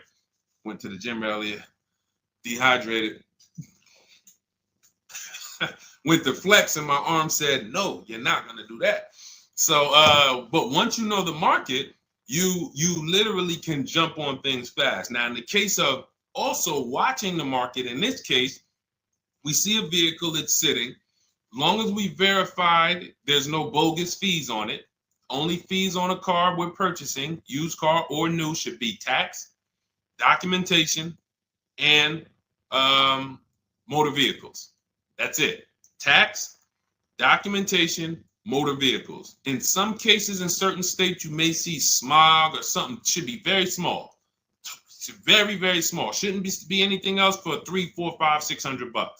Tax, motor vehicles, documentation fee. Those are all legit fees. Everything else is a made-up fee to try to make money. Now, there might be some value in some of the things. We have a service plan that we added that we selling on all our cars. Okay, but we got to compare that to the dealers who don't have that stuff. So what you want to do is look at the low side of the market, the way we teach. So if you're looking at the low side of the market, Daniel, for example, and you see, all right, all the low prices are 21 to 22. The cars go up to 24, 25, 26. I see some up there for 27. Okay, but the low side of the market is 21, 22. And this is how we watch the used car market, because we want to watch the low side. Now, the low side is going to be where the worst cars are. What do I mean by that? Frame damage, salvage title. If you don't see a couple cars and you pull a Carfax and it says salvage, or it says frame damage, or it says 2 accident, you're not looking at the low side of the market. You're looking at the regular retail market, the regular middle of the market, the average prices. Because if you're shopping the low side and you're like, okay, between 21 and 22 is where the lower prices are, you're going to see some, oh man, look at these pictures. Now, car's all scratched up. Oh man, okay, man, this thing had 2 accidents. Oh man, this thing's salvaged. But then you pops up and you see one for 22. You pull the Carfax. Carfax looks good. Maintenance looks good. Boom.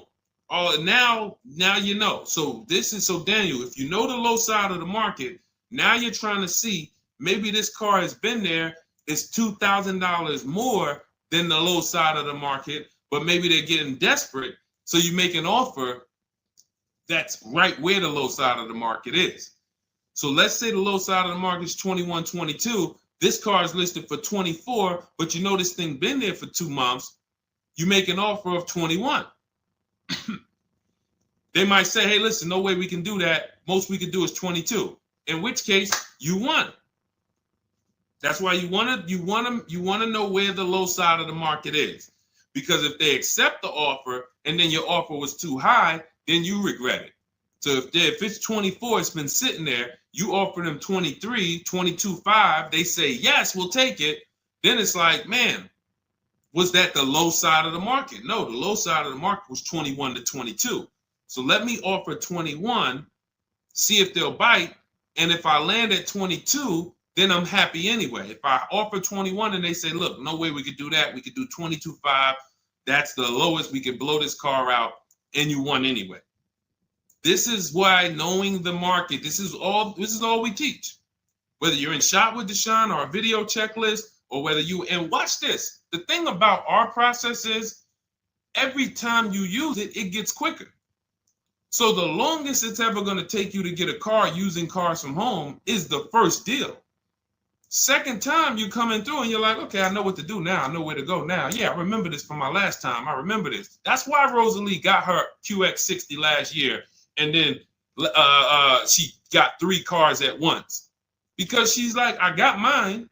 Now I just got to rinse and repeat 3 times for my sons. So that's what you need. That's where you base your offer on those things, Daniel. All right? All right, great job. All right. All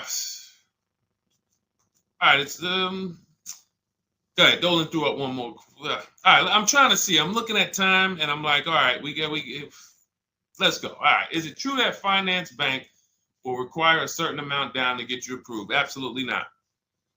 Absolutely not. You can do no money down financing. Here's what's happening if anyone's requiring money down for finance. It could be based on your credit, but more often than that, it's based on how much you're trying to borrow relative to the price of the car.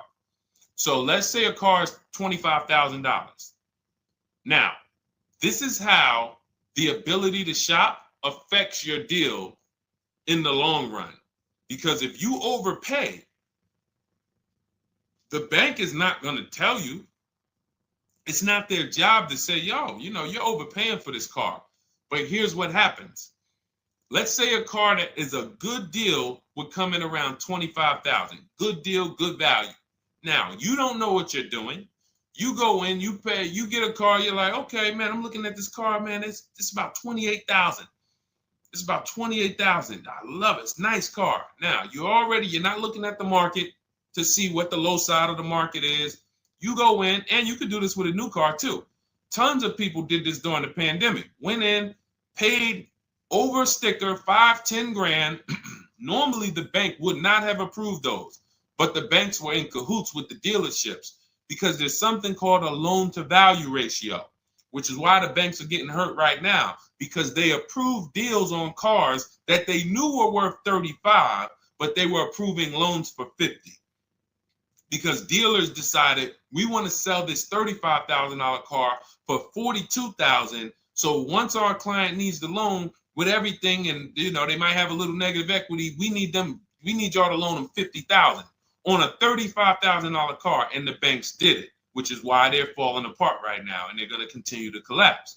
So when you look and say, whoa, if that's the case, how does the bank protect themselves? It should be loan to value ratios, which means this car that you're telling us you bought it for 28, your taxes and everything are, let's say they slapped on some fake fees on you and you're up there like, all right, man, I thought the car was 28, but when it's all said and done, I paid like 34 for it. Now you leave with that car for 34. The bank looks and says, or you're trying to get it for 34. The bank looks and says, whoa, the book value on this car is only 23.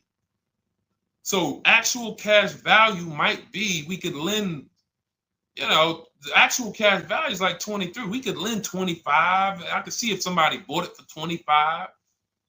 We could lend that because they'll usually give you 20% above what the actual car's value is. So we'll lend on the $25,000 car, we'll lend you $32,000. You're asking for 34.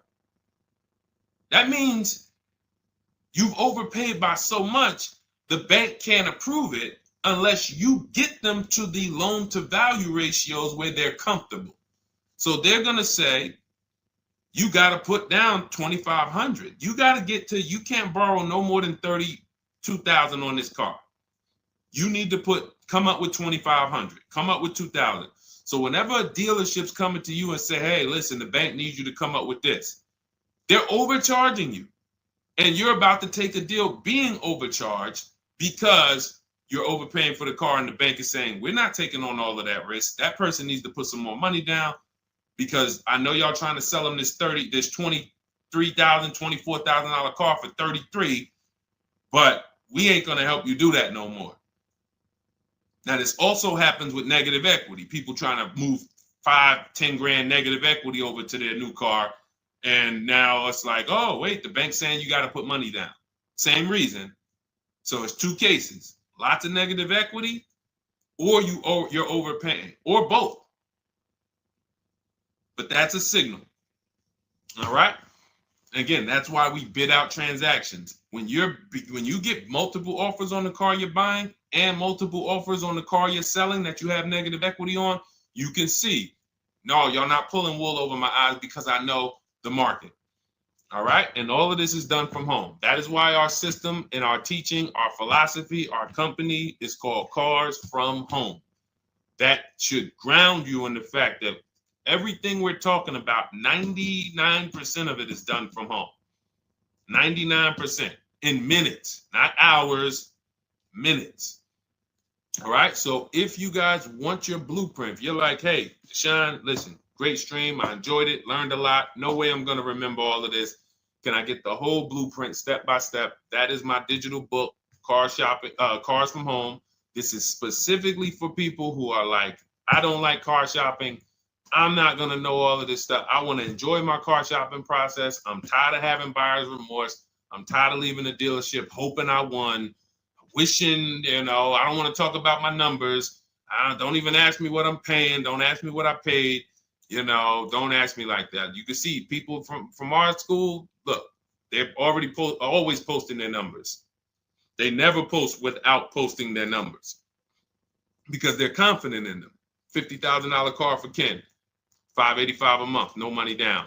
Look, Jen, she gets a 2025 Honda Pilot, $50,000 vehicle. She saves almost $6,000 off of the price, $5,600 off the price. We could do this all day long. Oh, this is a long one. Oh, graduated. I put $1,000 to hold the vehicle Saturday. The dealership we ended up made the best deal, easiest, quickest process, little over 2-hour drive away. That is a signal. What you're going to see a lot, and y'all are going to get used to it, is driving an hour, hour and a half to go to get that car from the dealer who won the bid. Convenience costs you money. Every one of our students, our book readers who use what we teach, they are absolutely prepared to be, oh man, the dealer that won the bid, they're taking off $15,000. Man, they're 2 hours away. That's a nice drive, ain't it? Nice drive. Oh man, I'm driving I never made this much money on a drive before. And then you start to see most of these local dealers, they think they got me because they see my zip code and they're like, well, this person ain't gonna shop. So listen, hit them at this price. They don't realize that that dealership an hour and a half away is like, hey, we got the car. Hey, we'll sell it to you for this. But they never expected you to find them because most people don't find them. So that is the Cars from Home system. It's very simple, 7-step process. I'll walk you through it. And in my digital book, you'll have all your questions answered because it's a step-by-step process. You literally just do one step, check it off. Next step, check it off. Next step, check it off. By the time you get to step 7, you're setting up your delivery of your car or you're going to pick it up. All right. But it's normally $97.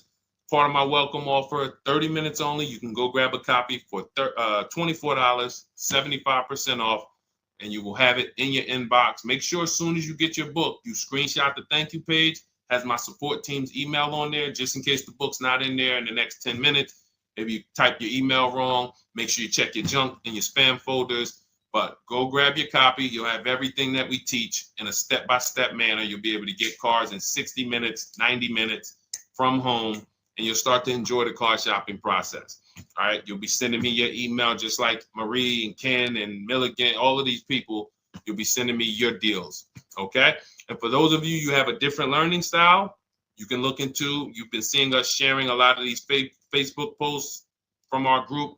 Our Cars from Home Shop with Deshone program is video checklist instead of book checklist. So if you're like, I'd rather have some, 3 to 5 minute videos that I can watch and walk me through the steps, that's our Cars from Home Shop with Deshone program. We have our private Facebook group where you got 1,600 people that have come before you. They're always answering questions. I'm in there 4 or 5 days a week. And then we do 2 coaching calls a month, first and third Wednesday. We actually got one shortly we're going to have. And, you get hands-on guidance. So that's hands-on, and some of you might like us to totally shop for you. That's going to depend on if you qualify. I would rather teach you to fish. The only reason we created Done For You is really for the wealthy people. I don't want you paying us to go shop for you. I would rather teach you to fish. But I know there are people who your time is so valuable, whether it's the money you make per hour. I could show you how to do this in 60, 90 minutes, 2 hours, but you would still say, I'd rather you guys do that. I got money to make. I'd rather be with my family. I want to be doing other stuff. Here, I pay for services that I believe in. That's why we created Cars from Home Done For You. I would much rather all of you learn to fish so that you can do this over and over and over again. Teach your kids, teach your family, teach your cousins, teach your neighbors, so that everyone knows how to do this Cars from Home shopping process. Okay? But if you're in that category, in that class where you're like, Deshone, no, I'm that person, then you book a call with our team and see if we can help you with Cars from Home Done For You. All right, so that's our stream for today. We will be back. Lady V, I talked about the updates. I think you asked that question and then you jumped off the stream. So just watch the replay and you'll see. There's new videos coming to day 5. The 25 to 5 process is being updated. So just as soon as you asked that, we talked about that for maybe about 5 minutes on here. I guess you jumped off. But yes, we'll be back tomorrow, Thursday, noon Eastern time. Meet us here with your questions, and we look forward to it. We'll be rebroadcasting this for those who didn't catch the whole show. We'll be replaying this throughout the rest of the day, and I'll see y'all tomorrow. Thank you. Thanks, D.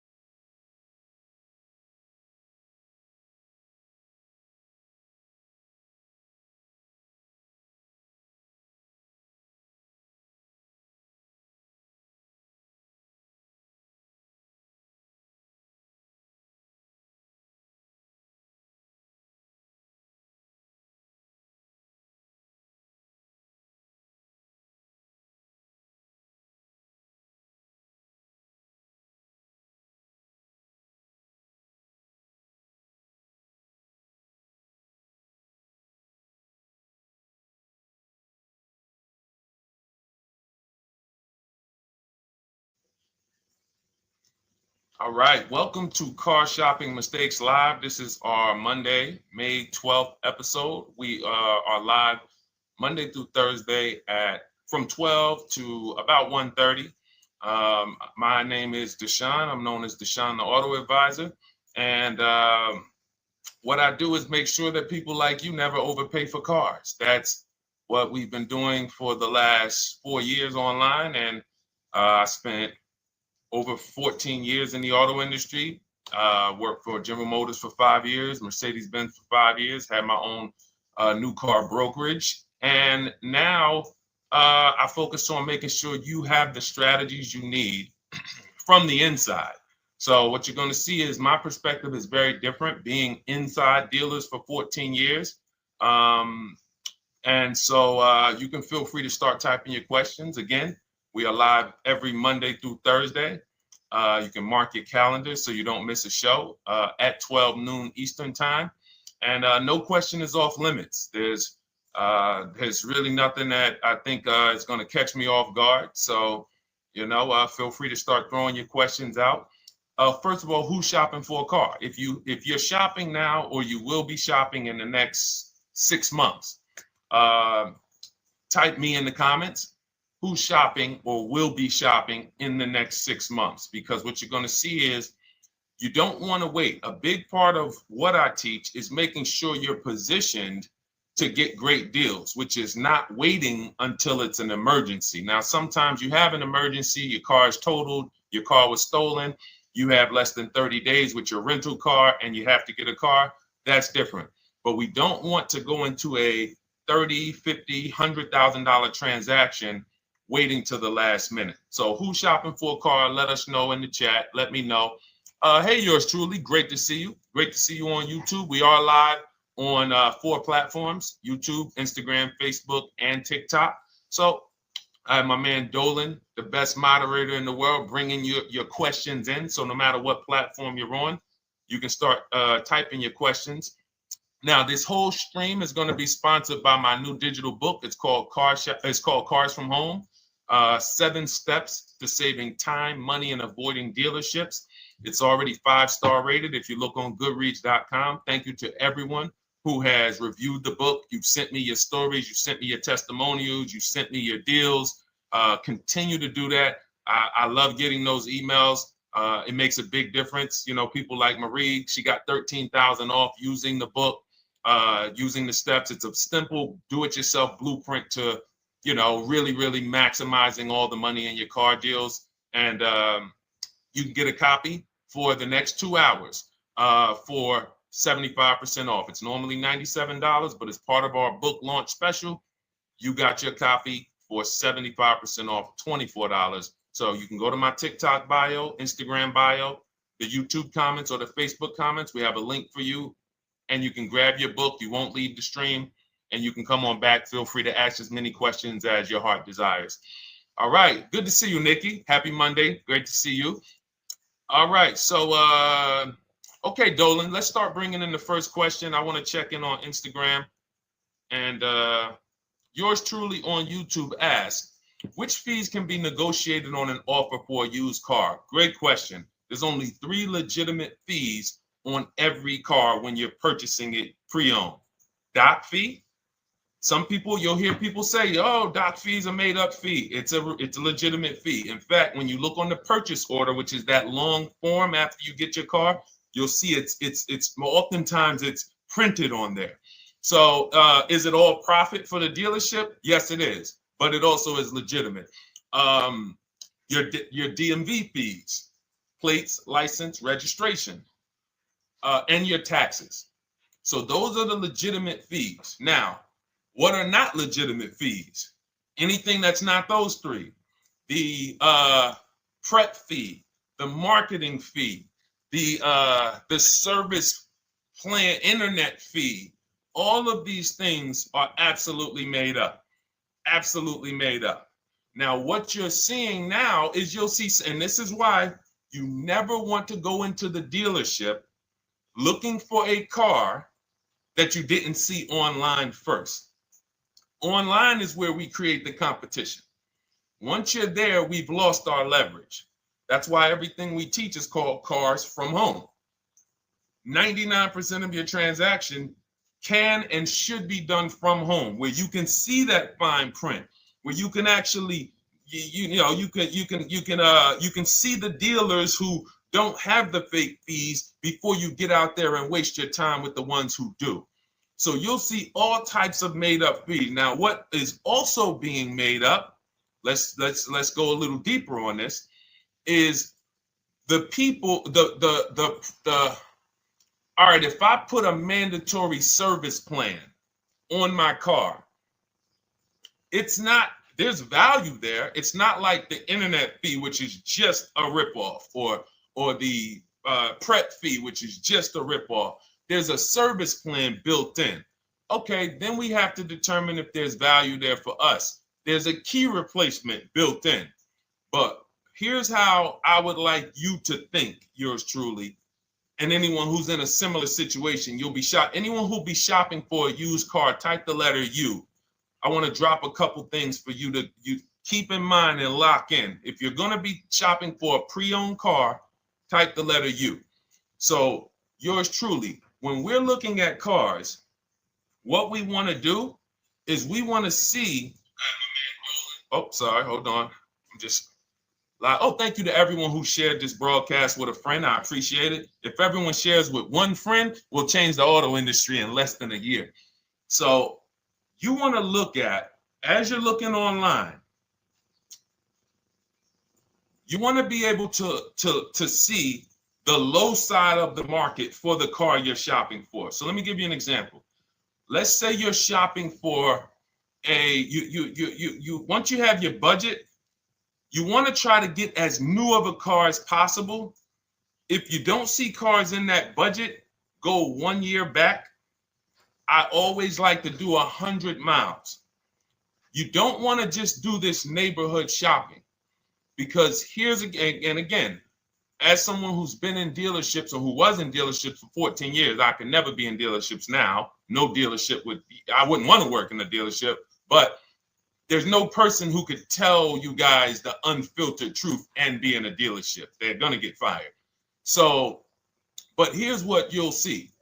The total cost is what matters relative to how much the car was when it was brand new. I don't want you to pay attention to what they're offering the car for, because that is a made up number based on algorithms and market. Who's ever seen somebody, sometimes you're on a website and it'll say, this car it's a fair deal, it's a good deal, it's a great deal. Who's seen that? That's based on an algorithm. It doesn't actually, it's not real value. Here's what's real value. Let's say you're looking at 4 Honda Pilots. They're asking $22,000 for one, $23,000 for the other, $24,000 for the other, $25,000 for the other. So 22, 23, 24, 25, right? Now you're looking and you're like, well, these cars look a little similar. You know, this one, what's the best deal? Once you get the new window sticker of that Honda Pilot, you'll see one of these Honda Pilots was $45,000 when it was new. This other one was $46,000 when it was new. But this other one was $53,000 when it was brand new. And that's the one that's actually giving me the biggest discount. That's the value. Without knowing the original price of that car, we can't determine what value we're getting in the price they're offering us. And when we don't do this, we make this mistake. We end up doing what some people did during the pandemic. They paid the same price for pre-owned cars as they were when they were new. Everyone didn't do that, but a lot of people did, because they thought this was my only option. There were people who paid $27,000 for a Toyota Camry that was brand new, $28,000. This is how we prevent that. When we call that in Cars from Home, in my book, the true value discount. And this is how I bought my Infiniti truck. I was literally looking at 3 of them. 4 of them. They all had similar prices from 30 to 31.8. And literally the one of them was 46, one of them was 48, one of them was 52, and one of them was 55. So when you do that math, and I have a calculator in my book that does it for you, but it's simple. You just put the MSRP in and you create and you divide the asking price into the MSRP. And you'll see, oh, wow, this deal is giving me 42% off. This deal is giving me 30% off. So you see how simple it is now to shop when you look at it, when you're looking at it that way. Oh, this deal is giving me 30% off the original price. This deal is giving me 44% off the original price. Then you weigh those things out. Now, how? I know what some of you are thinking, Deshone, how do we get the original window sticker?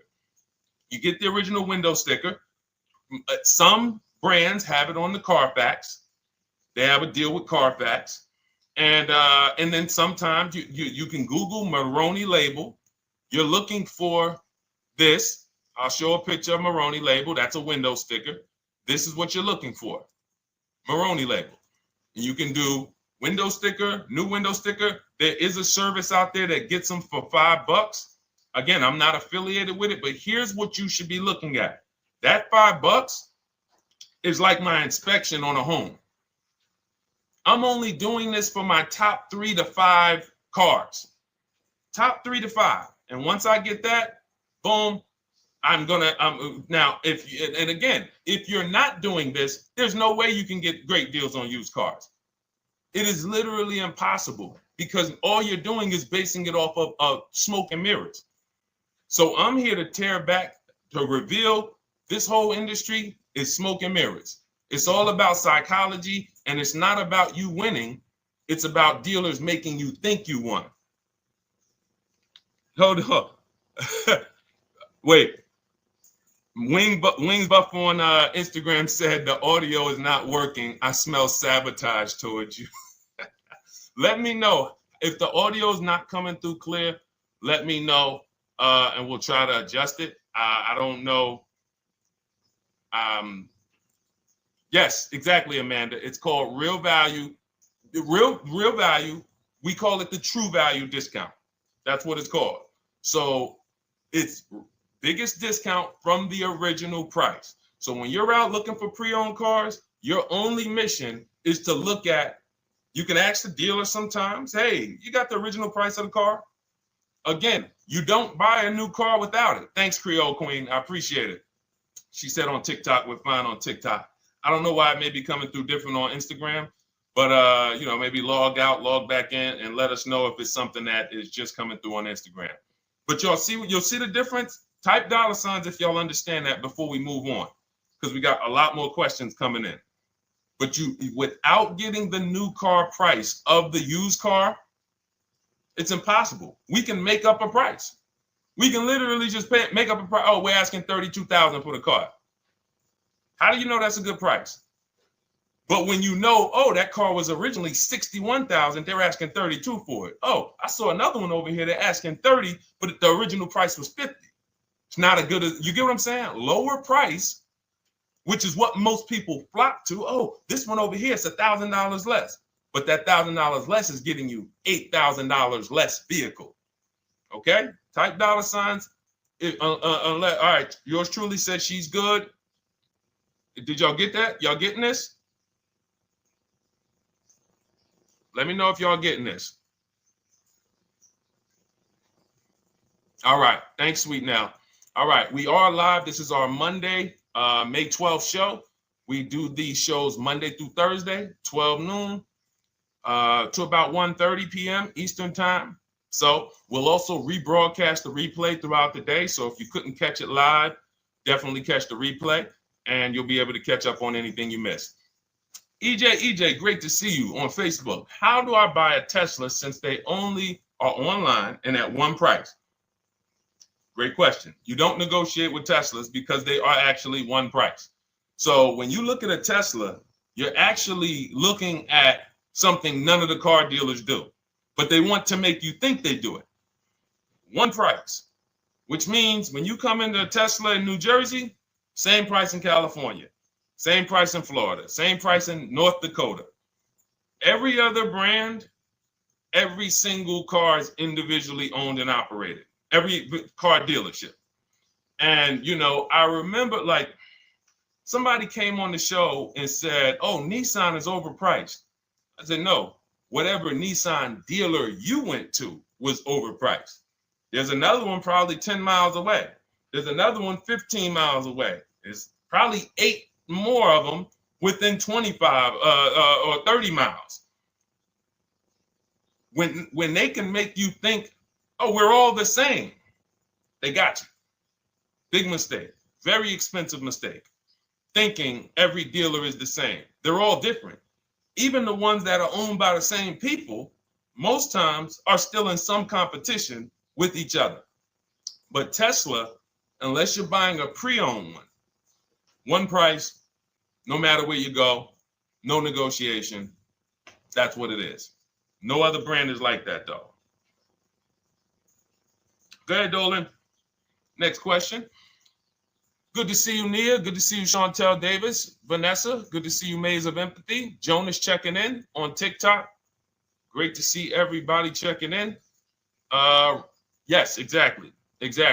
Now, I'm actually pulling up something from my first book. It was called 52 Car Buying Questions Smart People Don't Ask that cost them thousands. One of the things that one of the questions was, you know, how, when, and why should you visit a car dealership? How, when, why? There's only 3 reasons to be in a car dealership. 3 reasons. That's it. You're there to pick up your car because they don't deliver. You're there to test drive a car, or you are there to have your car that you're selling them appraised. That's it. You're meeting with the used car manager to have a car appraised. That's it. Everything else we do at home if you want to get the same results that the people are getting who are getting. Look, this is Christopher. Thanks so much for these resources. Read your entire book last night. I've already been underway trying to put my deal together. What a great book. I have my quotes together, and now I'm ready to take the next step with the calculator. Now, what he's talking about, notice he said I have my quotes, plural, because we teach something called the 25-to-5 strategy. You're connecting with 25 dealers. This is for new cars and leases. Different process for used cars. You're connecting with 25 dealers online. I'd show you how to do that in 20 minutes. This is not car buying school. We're getting these cars in these deals in literally less time than it takes you to visit one dealership and buy a car. You'll be there for 8-9 hours. We'll put in a couple hours over a couple days. And I'm getting them. Eventually, you'll be able to be as quick as me. I get cars in 60 minutes. Does not matter what I want. 60 minutes. If I'm following up on a deal a couple of months, maybe 90 minutes is going to take me. You'll get there eventually, but in the beginning, take you a couple hours from home. You'll be, because what you're doing is you're creating a competition. You're using the internet to create a competition. So we get 5 offers on every car. We will not buy a car without 5 offers, because the only way that you're going to see the 80%, we call them the 80%. That's 80% of dealers that are overpriced. The only way you're going to see that is to get 5 offers. It's going to blow your mind. That's when the veil is lifted. The first time now, if you want to do it your way, you want to call around, get the offers, call around, ask for it, try to not, fine, do it that way. As long as you talk to enough dealers to get 5 offers, because then you're going to see, whoa, they've been playing me.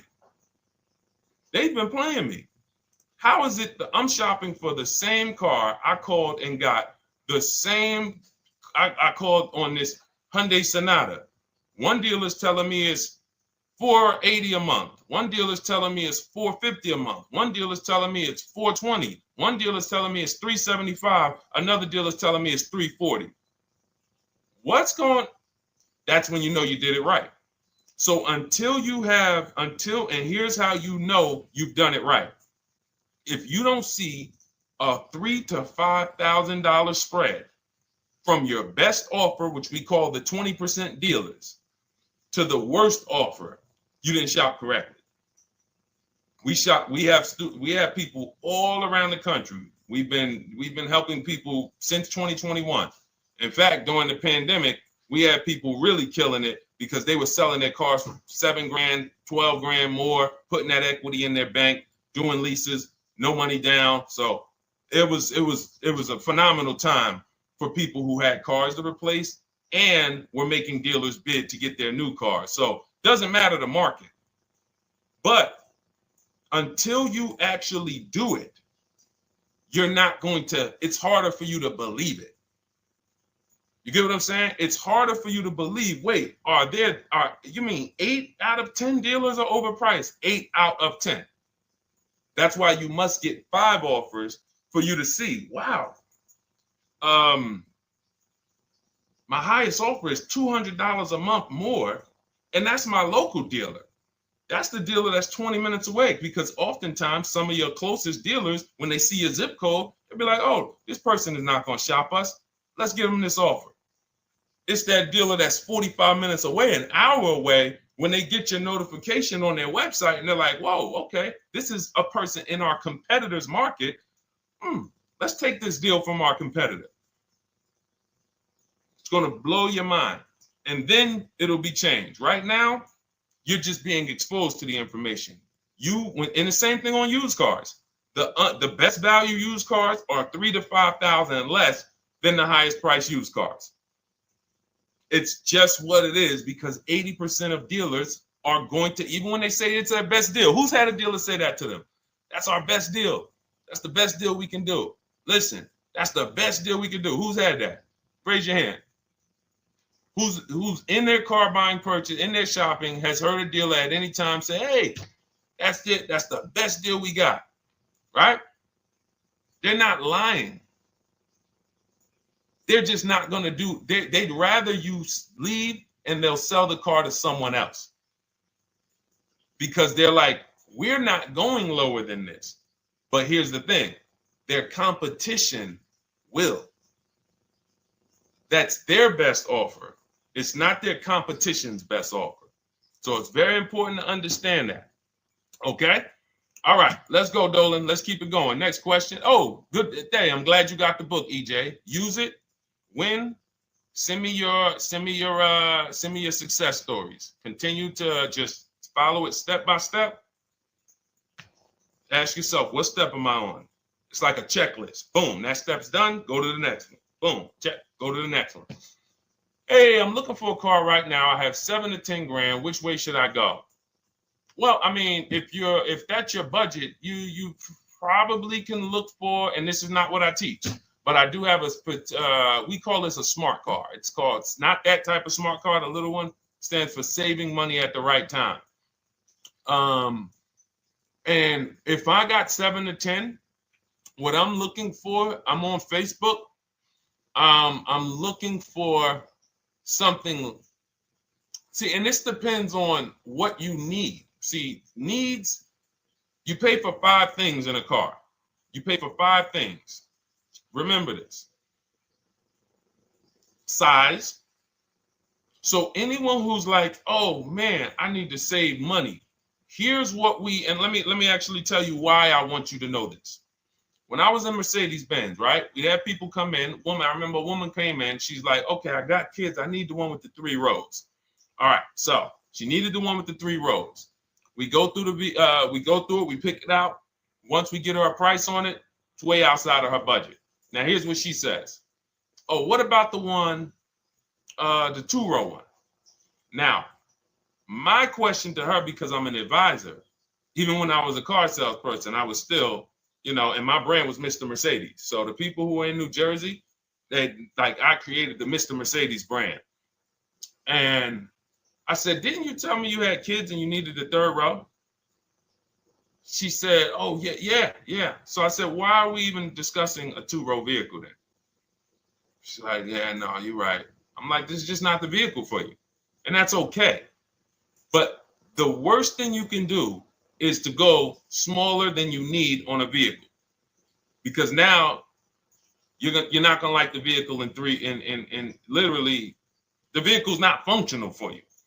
So size is very important. That's why I created something called the smart sacrifices. When the budget starts to get tight, You have to know, what can I take out? So size, amenities. Amenities is, do I need the leather? Do I need the navigation? Do I need the sunroof? Do I need the big sunroof? Do I need the wheels, the fancy wheels? These are amenities. You got power. You pay for power. Do I need the engine? Do I need the bigger engine? Can I go with the standard engine?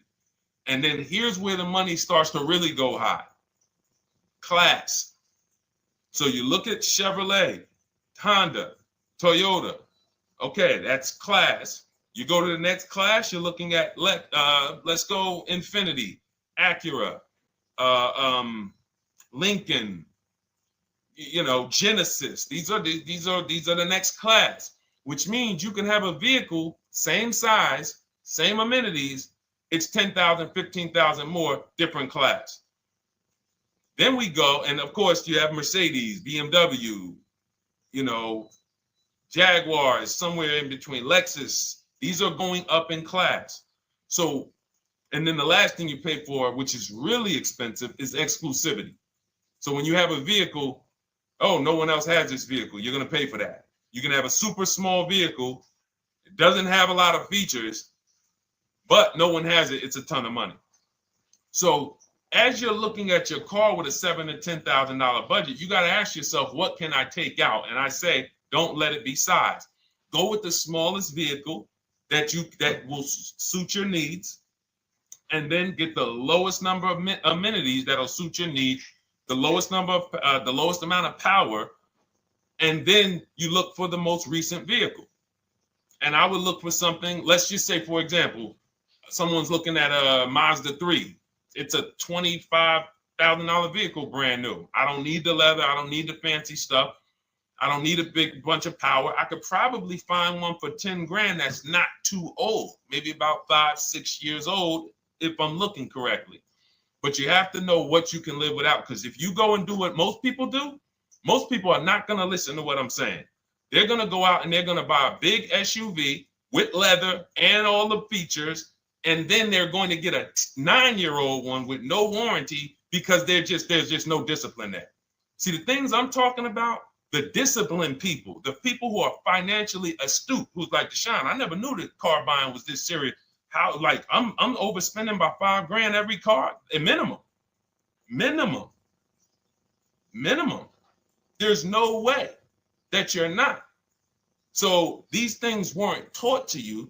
None of us were taught how to buy a car. We were literally indoctrinated into, this is how you get cars, ladies and gentlemen. And who indoctrinated us into that? The auto industry. The auto industry. No one told us, oh, create competition, shop for cars like you shop for other things online. There is an internet, there is. No one taught us that. So you have to say to yourself, all right, boom, I got to unlearn so that I can relearn the new way to make sure every time I get a car that I love and I get the most for my money, which is not what most people are doing out here. There's blood in these streets. You hear people, oh, there's no cars, there's no deals. They're walking in the dealer saying this stuff. Like, you're going into a person who wants to sell you something and giving them all the strategy, all the ammunition to sell you, raise the price. Hey, man, I've been looking for this car. Not many people has it. Cha-ching. Thank you for telling me that.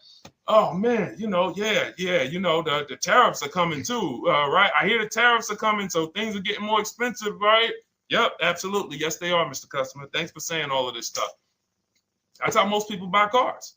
That's why the auto industry is just printing money on the public. So you got to change your behavior, and that's what we do here.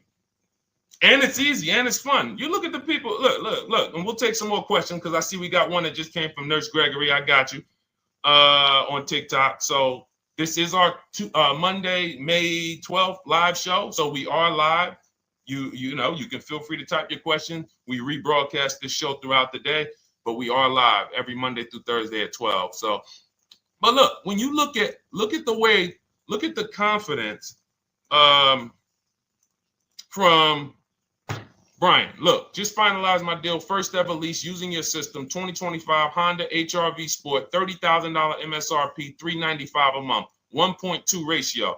That means he understands how to value leases when he's putting his ratio. 12,000 miles, 36,000 miles, 36 months, no money down. Initial quote was 434. Then he used our calculator, and the counter offer came down to 394. Listen to the confidence. Look, I bought your book, use your system, just closed my deal, have positive results to report. A caveat is I wanted a newly released 2026 Genesis, not even out yet, not even out, GV70. And there are no incentives. I could have gotten incentives on the 2025. However, I wanted the 2026, was willing to pay. I reached out to 20 dealers. We show you how to reach out to 25, but on a Genesis, may not have been as many dealers because it's more of a luxury brand. They haven't built as many dealers for Genesis yet. He says he received 9 offers. Look, that's how we know when you're doing it right. 5 offers, 9 offers, 7 offers. How many offers do you get? Thanks, y'all, for running those likes up on TikTok. Could y'all just keep double tapping the screen every time you hear something you like? You're going to see those likes continue to run up. See, this is it. I'm happy with this. Look, he gets an $815 a month payment on a $58,000 vehicle, 1.4. Now, again, 1.4 is incredible value when you add up those payments relative to the MSRP and taxes. Our goal with leases is to be under 1.5%. Now, I know for a fact he could have gotten about 1.2 on a 2025 Genesis because I just saw a person who's using our system get that. Phenomenal deal. But he wanted that 2026. So he gets his bids.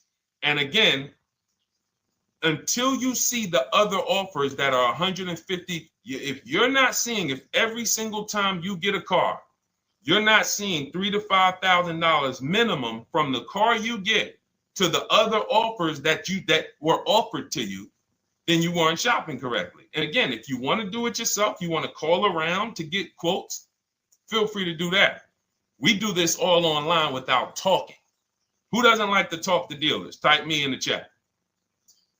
You don't like to talk to dealers. So the people who are using our stuff, they're not going in trying to remember, oh, I'm in the dealership now. Let me say, what did Deshone tell me to say? All right. Oh, man, I'm not supposed to tell him about my trade-in. That's old 2005 stuff that car dealers been on. We've been knew about that stuff, that you were holding your trade-in till the end. That's why we're going to ask you questions that you're not really ready for. Hey, Paul. Hey, good to see you, Paul. Thanks for jumping in, coming in today. The car you drove up in, whose car is that? That's what you've been driving for a couple of years? Yeah, okay, yeah, that's yours. Okay, perfect. So we are already trained to ask you questions that we're going to get the information. So the only way, I'm not training you to go in and do battle and negotiate with someone who negotiates 3 times a day, 5 days a week. When you step back, start making dealers negotiate with themselves. That's what bidding is. You're going to see, whoa, it's easier to save money from home than it ever was going in a dealership. All right. Good to see you, Jamel, on YouTube checking in. Good to see you, Paul, on Facebook checking in. We are live on Facebook, Instagram, YouTube, and TikTok. And for those who, hold on, let me see. Do I got any sharers? Who shared the broadcast? Raise your hand so far. Raise your hand so far if you shared the broadcast with a friend or if you hit the share button. Nurse Gregory? All right, Nurse Gregory, send me a DM. You got a free copy of my book. Let's see. That's it. I don't think we have any. No, if you share now, it's too late. So I wanted, let me see. Because Nurse Gregory, you have been on the show for a little minute. See, I do that stuff every now and then. I do that stuff every now and then. That's why when I ask you guys, like, to help me get this message out so we can help more people, you never know when I'm going to just say, you know what? You got a free copy of the book. So, I ask you guys to continue to share this broadcast so that we can help more people. Like, this is not about, because follow me.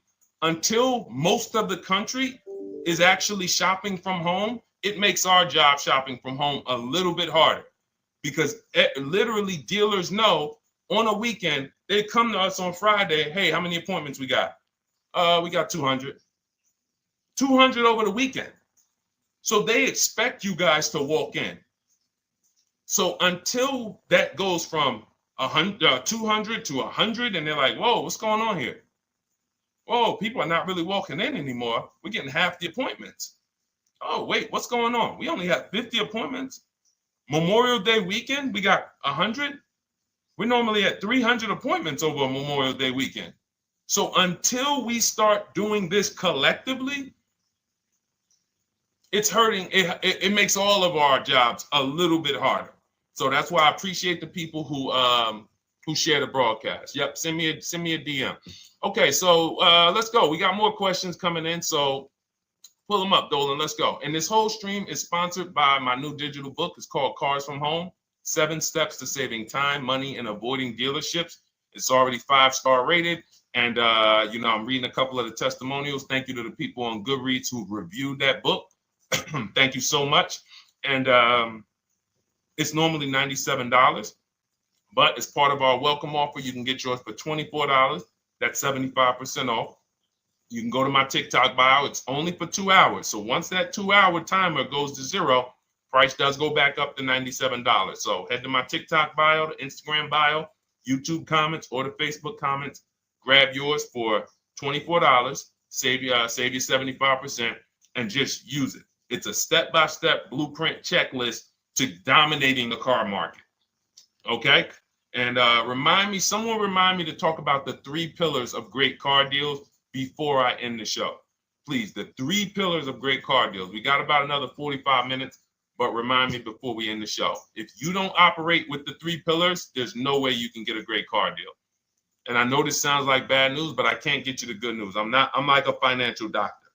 And we have financial cancer when it comes to cars. So it's not a pleasant thing, but we can get you to the other side.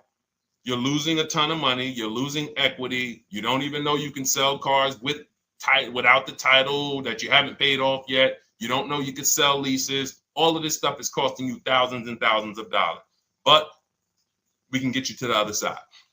Third, so nowadays, it's always better to just buy new, especially if you plan on keeping the car long term. No, absolutely not. If I'm keeping the car long term, there's something. So step 1 in our book is called the 8-year rule. It's the 8-year rule. Who's always wanted to know what's better, buying or leasing? Type me if you've always been like, Deshone, I hear about buying, I hear about leasing. When is it better? When is it better to buy? When is it better to lease? Who's had that question? We have an anchor called the 8-year rule, which answers the question. The next car you're buying, how many years are you planning to keep it? Type it in the chat. We had a bunch of people that said they'll be shopping. The next car you're going to be purchasing, how many years do you plan to keep it? Okay, Nurse Gregory, I see 5. Okay, let's get some more answers. How many years do you plan on keeping the next car you are going to purchase? 2 to 3 years, Jamel Singletary. Perfect. Good to see you, Jamel. Rain King Leo on Instagram, 2 to 4 years. Perfect. Okay. Paul on Facebook says as long as possible. You got to go with a year. See, that's the reason why. See, the longest possible, well, give me a year, a number of years, because you're going to see people be like, oh, I plan on keeping that car, and I didn't do the research to even find out that the car wouldn't last that long. So, I'm not going to buy certain cars planning to keep them as long as possible, because it says literally around 100,000 miles, I'm going to start having problems with them. So if I buy them pre-owned, then I get to 80,000 miles. I mean, car starts having, so we need years. Mel Nelson on Facebook, 9. Paul, I see you, 10. Okay, Danielle Rosario on YouTube, 5 at least. So check this out. Roashu, I'm sorry, I probably butchered your name, on Instagram, 6. All right, DJ Ant Nice on TikTok, 6. Okay, 8-year rule says If your answer to that question was 8 years or longer, you should be shopping for a purchase, new or pre-owned, depending on your budget. Now, if your answer was less than 8, then you should be shopping for a lease. Both of these things come with caveats. Below market. Not these lease deals you see on commercials. Those are not lease deals. I don't even call them deals. None of those prices, as you guys see me share the leases that my students get all around the country and the people who read my book, you're going to be like, wait a minute. Those don't sound anything like the prices I see on the commercials. They're not. We get below market leases. And most of the time with no money down. We always shop with no money down. On a purchase, you need a below market purchase. Again, you should see $3,000 to $5,000 above on other cars that you didn't buy. So the car you got, whether you're purchasing it or leasing it, it should be $3,000 to $5,000 below the other offers that you've seen, the other cars that you've seen online. So when we look and say, do we go new or pre-owned? And I know some of you got shocked with who was taught never lease a car. Like when I just said the 8-year rule, and I said, hey, all of you who your answer Jamel 2 to 3, you should be shopping for a below market lease. Dario, YouTube, you should be shopping for a below market lease. Madison, Marv on Instagram, below market lease. Yep. Rain, you've had your car for 3 years. You're already debating getting rid of it. You should be shopping for a below market lease. Yep. Nurse Gregory, below market lease. DJ Ant Nice, below market lease. We'll talk about that in a little bit. You can ask why. But raise your, if you were taught never get a lease, never lease a car, let us know in the chat and we'll handle that. But I want to answer the rest of this question because he asks, is it always better to buy new? So if his answer, for those of you who said, I'm keeping more than 8 years, I'm not breaking the 8-year rule, I'm shopping, don't think about leasing. You're keeping at least 8 years, leasing should not even be in your vocabulary. Now, new or pre-owned. That's based on 2 things. First is budget, because you want to go over your needs and say, what do I need? Can I get everything I need in a car for my budget? New? No. Most times, you can't. So if you have a large budget and you're like, Deshone, I could actually go new or pre-owned. What should I get? Now that's a matter of your values. The values say, I've had 2 groups of people, long-term people. When I was in dealerships, some of you know I was with Mercedes for 5 years, General Motors for 5 years. I've been in the auto industry for 14 years. People would say, Deshone, man, I only get a new car. I'm like, yeah, I only get a new car every 10 years. That's why I get my new car. I'm going to treat myself.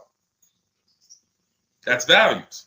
Now, some people say, well, I could afford both, but you know what? I want to knock 20, 30, 40% off the price. That's values. So it's a matter of your values. If you can afford both. But no, there's no one-size-fits-all formula. That's what got you guys in trouble.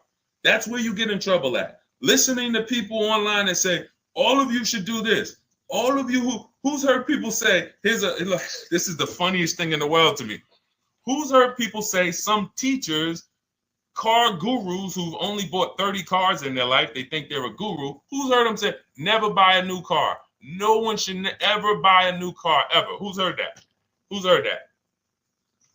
Who's heard that? I'm going to tell y'all how funny this is and how bad this advice is.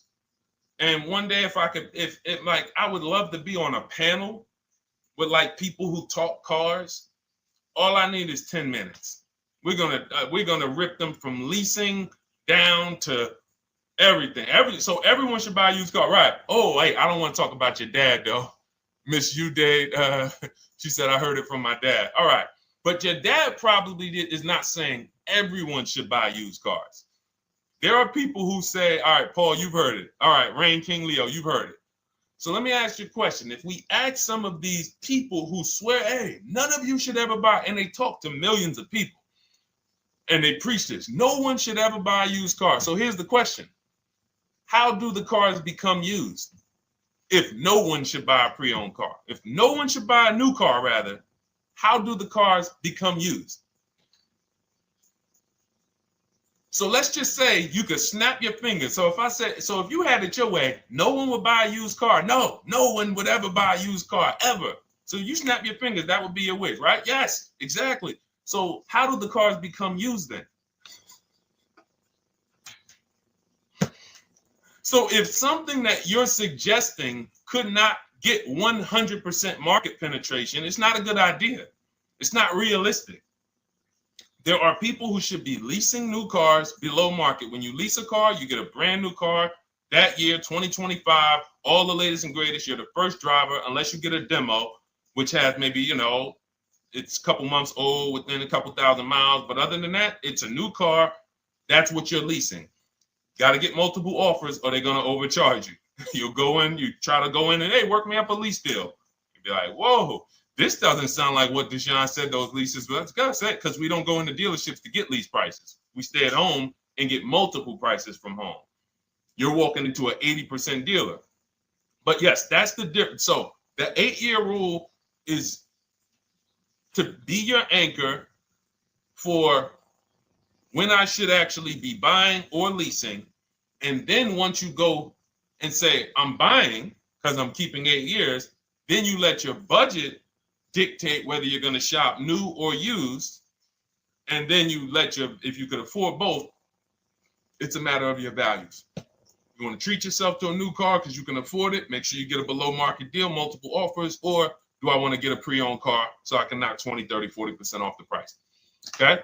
All of this is in my digital book, Cars from Home, 7 Steps to Saving Time, Money, and Avoiding Dealerships. You can get your copy for 75% off for the next 2 hours. That's our welcome offer. And you'll have everything I teach about how to get below market leases, below market purchases, below market bank bidding wars. We created something called the bank bidding war. For those of you who are going to need a loan, where do you get your loan from? Some of you say the dealer. Some of you say, oh, I get it from my credit union. Some of you say, oh, I get it from my bank. This needs to be a bid, because whenever you're doing it like that, you don't know. How do you know for sure that that was the best interest rate you could have got? 2 points on a loan could be $2,000. 2 points. So if somebody said, oh, I'm paying 6.9, but you could have got 4.9, literally thousands of dollars. So, and again, that goes into the 3 pillars of great car deals. We haven't discussed that yet. We'll do that before the end of the show. All right, let's go. More. Oh, by the way, for those of you who I didn't finish the sentence, you want your copy at 75% off instead of the $97, which is the normal price. You get it for $24. Head to my TikTok bio. There's a link there. Click it, and then head to my Instagram bio. There's a link there, and then we have a comment in the Facebook and YouTube comments for you to grab your copy for 75% off. Once it's 2 hours expires, goes back up to $97, and it's still worth every penny, because as you can see, Marie used it and she saved $13,000. So what's her return on the investment of $24? Just wanted to reach out, say thank you. Using your guide, which is the book, I saved over $13,000 off MSRP, got my payment to be hundreds lower per month and maintenance included, no money down. Just wanted to say thank you. Keep sending me these emails, y'all. I love bringing these emails onto the show. Like, our world, that what we do with these cars it's a whole different world. Like, that's a great show, but it's also our life. Like, different, it's a different world. We operate in a different world. I got a lot of books on my shelf here. I cannot tell you books that actually give me ROI like Cars from Home. Like, she bought a $24 book. Even she might have got it for $97. And she saved $13,000 on one transaction. What about her? What about her significant other, if she has one? What about her children? What about her family and her household? What about when her mom or dad needs a car? It's endless ROI for one investment. Okay? So shout out to everybody that got their copy. Please keep sending me your emails. I love getting them. Let's go, Dolan. Next question. Awesome, DJ and Nice. You're gonna love it. Like, let me just say this one thing. Keep Dario's Dario from YouTube, keep his question up. But I want to say this to you, DJ and Nice. My niece, she's 20. Some of you heard me talk about her on earlier streams. She told me, listen, Uncle, when she asked me, what should I do? I said, I knew she's not keeping the car 8 years. I asked her because there are some young people who just are not into cars. Like they will literally drive one car long term. But typically in your 20s, things are changing, jobs are changing, families changing. Your needs for the car may change. So I'm like, listen, 8-year rules. You should be shopping for a lease. You're going to save way more money. Most people go out there and they'll tell you go buy a used car, and they'll put you in a used car for $300, $400, $15,000 is only, that's $300 a month. They'll go and put you in a, $400 payment, $20,000 used car, $18,000 used car. You barely got a warranty. Maybe you got no warranty. So in a year, 2 years, you better have a tow truck on speed dial, just so, you never know. You get what I'm saying? Not saying it's a bad car. Used cars, 5-year-old, 6-year-old, no warranty. You better have roadside assistance. So I said, let's do this. Pick a new car, go drive one, pick one under $30,000. Because she said, I would like my payment to be like, under $350. I'm like, all right. She's got her credit to where it needs to be. This is why we should have our young people with their first credit card early, or as a what's the term? It's slipping my mind. When we add our people to our account as parents, authorized user. And so she goes out, she drives the Hyundai Sonata. I said, okay, perfect. She said, I like the car. We get her offers. We started getting offers for her Thursday. By Saturday morning, her best offer was $338. We sent out counter offers because I have a counter offer calculator in my book. So when we get the offers, this stuff takes you minutes. Again, I'm not inviting anyone to college to be a car salesman. I'm inviting you to a system that will help you get cars in 90 minutes. So we get her offers. We send out the counter offer. We're probably going to land somewhere around because she only needs 10,000 miles. She's probably going to be about $295. Brand new car, 2025, $26,000 car.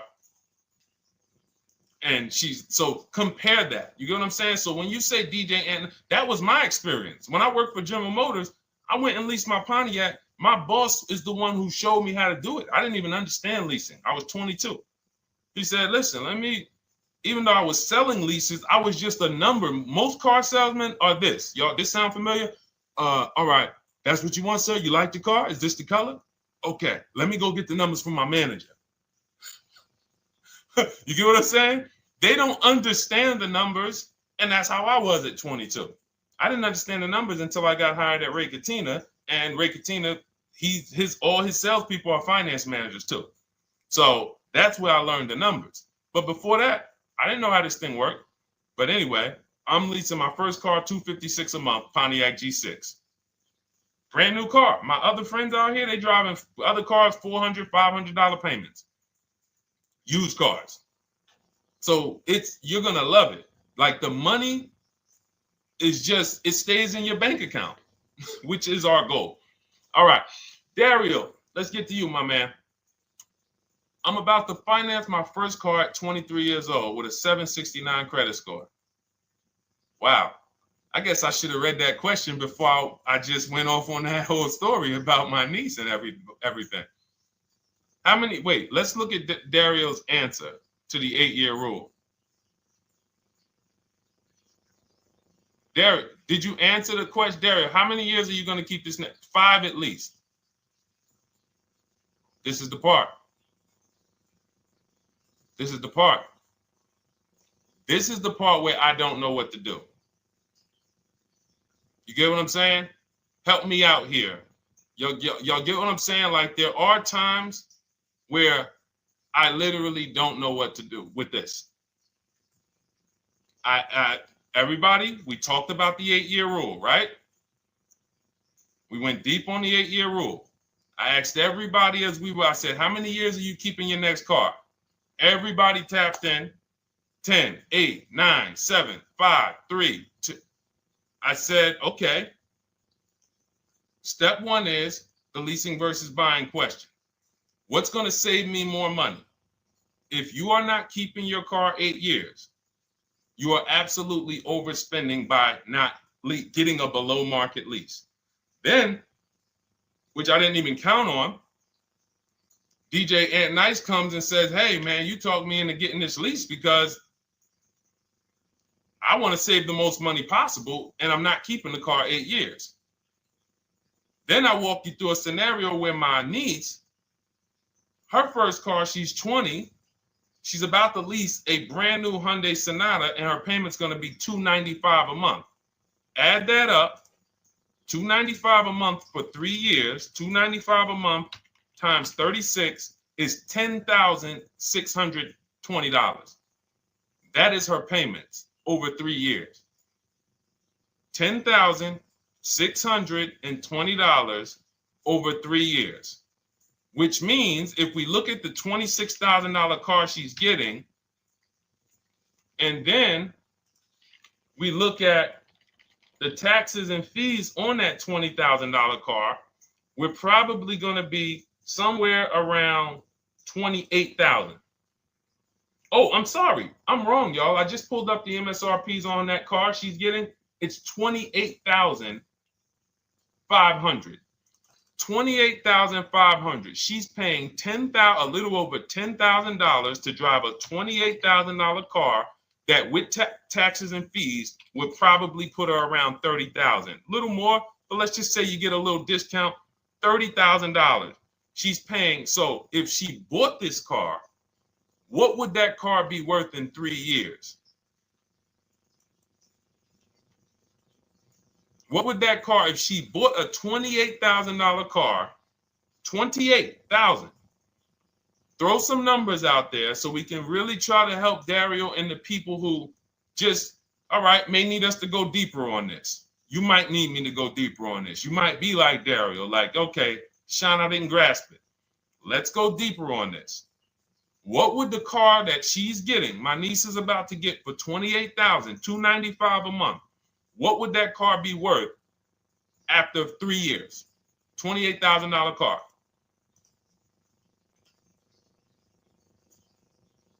KJ Wonder, it's in the bio. Just click that link in the bio and you'll see a link that says $24 welcome special. Go grab it and come on back to the stream.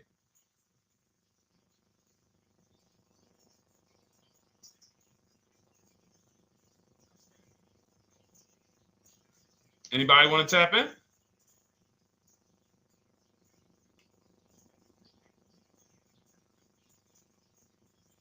Thank you, DJ and Nice.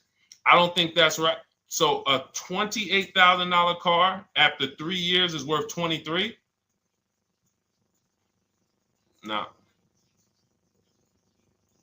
That's not after 3 years. That's probably like 1 year. After 1 year, it'll probably be worth 23. 15K depending on the brand. Paul, I think you're gonna lose more than.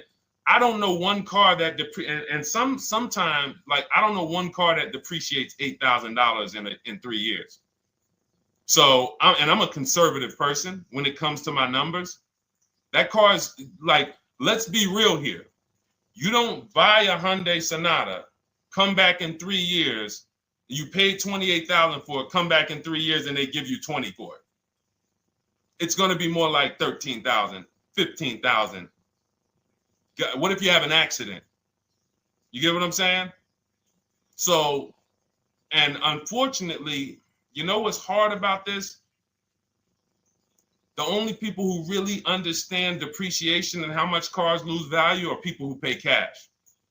It's very tough for you to see what you're really getting when you're a payment shopper. But as someone who never, listen, people would love to go into a dealership, get a car for $28,000, come back in 3 years and get $20,000. Come back in 3 years, get $18,000. I only lost $10,000. That doesn't happen. That's why people come back in 3 years and they're like, that's all I'm getting? So the point is, she's paying $10,000 of depreciation over a 3-year period. That's it. So in order to beat what she's about to get, or people who are getting below market leases, any people who are getting below market leases like we teach, you would have to get at least $20,000 to beat her. You would have to get at least, because she's only spending $10,000 over 3 years. And sold by foreign. Guys, this is not, this is really not up for debate. I am, and unfortunately, maybe the pandemic threw you off, because some of you, if that was like your first car you ever replaced, and you went and you got out of that car during the pandemic when every car was worth $7,000 to $12,000 more than it should have been worth. You can't do that today. And we had people right after the pandemic writing me saying, "Oh, yeah, I'm gonna do this, and then I'll go and trade that and get all my money back like I just did before." No, that was a very rare case of limited supply, the supply chain of cars. Now we might see that again with tariffs. When tariffs come, we might actually see our cars appreciate, because the whole new car market is going to be more expensive. But cars are not, literally the depreciation curve on most cars are 15% the first year, sometimes 20, another 15% the second year, 10%, 5%, and then it gets smaller. Once you get to about 7 years, the depreciation starts to cool off. You're losing 50% of the value in the first 5 years.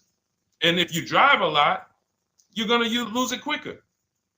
So when we look at paying a small amount of money for a expensive car, that's what leasing is.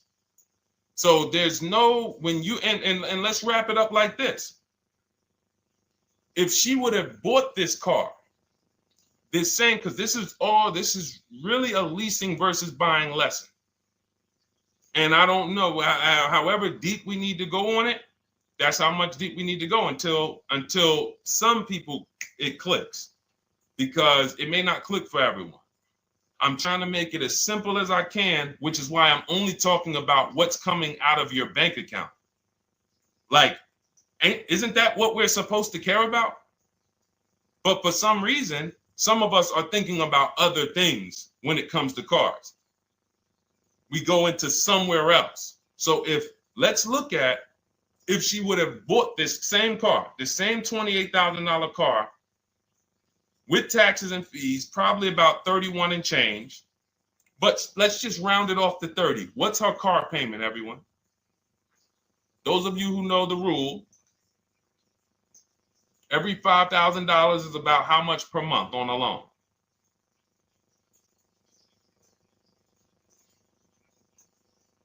Every $5,000 is about how much on a loan?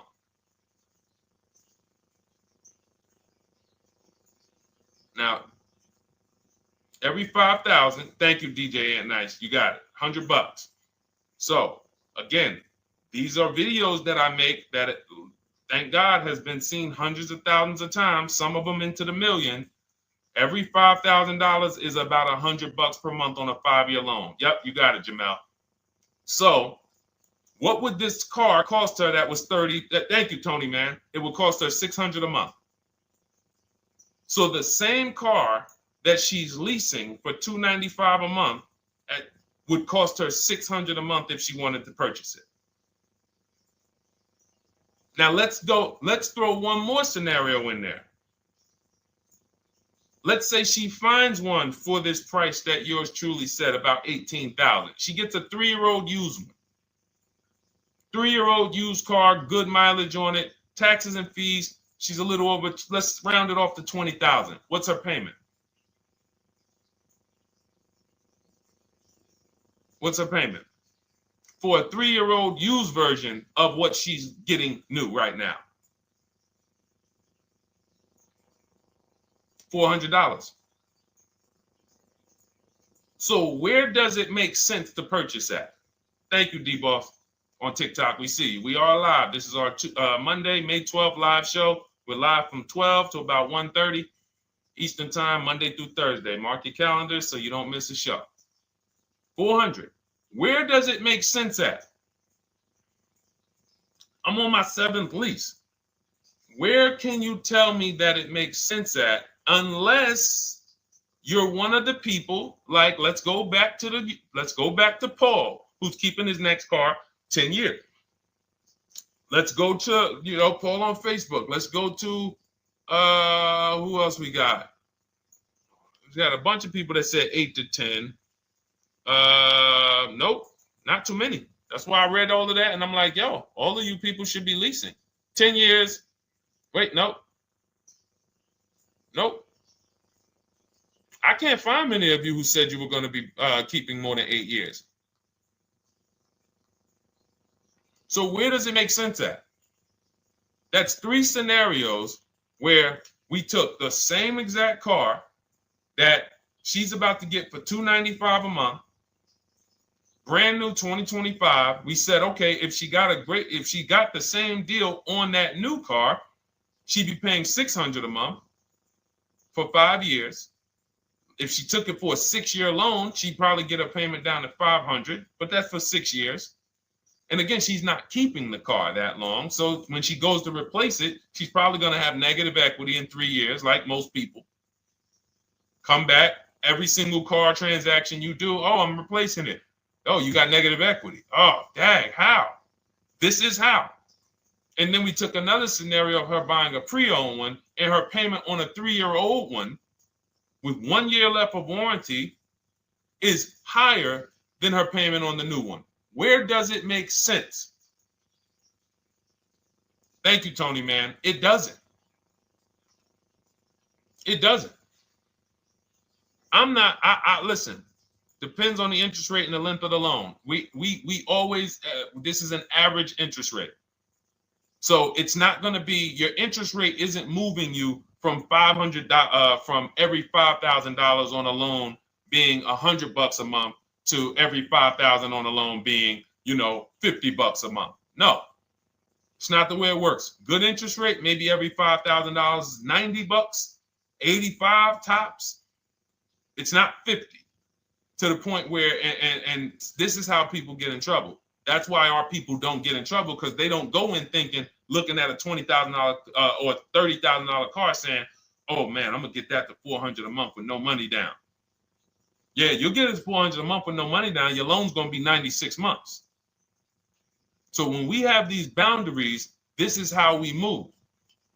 We're not even talking about the bidding process. We're talking about the bidding process is how we get the dealers to give us the best prices. Right now, what we're talking about is structuring our deals. Because if you go out and you get a great deal on a purchase, but you should have leased, you got a bad deal. You got a bad deal. If you go out and you get a great deal on a purchase, let's just say she gets $5,000 off this car. So instead of 30, she purchased it, she got them to knock off $5,000. Her payment still, instead of $30,000, it's $25,500 a month. Thank you. Just enjoy. Appreciate it. It's fine. So a great deal on a purchase when you are not keeping the car 8 years is a bad deal, because it cannot compare to if you had gotten a below market lease. It just doesn't compare. That's why I'm showing you these numbers. I'm a math person. I was in calculus as a junior. I love math. And my goal is to try to make the math simple by just showing y'all, hey, here's 3 scenarios: new car, used car, lease. Here are the numbers: $600 a month, $400 a month for the used car, $295 a month for the lease. But we say we want to save money. We say, oh man, things are getting more expensive. Money's important. But we're still letting old mindsets make us do things that don't serve us, because we were taught that, even though it makes no financial sense. So the hardest thing that I have to do is get you to unlearn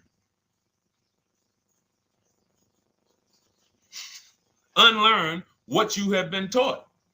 That's why I represent this brand, because I realize I can't do anything for you until you get rid of the bad stuff that you picked up. You didn't go to school and you were indoctrinated into, this is how they taught me to get cars, even though it makes no sense. It creates buyer's remorse. You leave the dealership hoping you got a good deal. I hope I did all right. You wouldn't bet a dime on it. If somebody came up to you, hey, would you bet money that you really didn't get a good deal?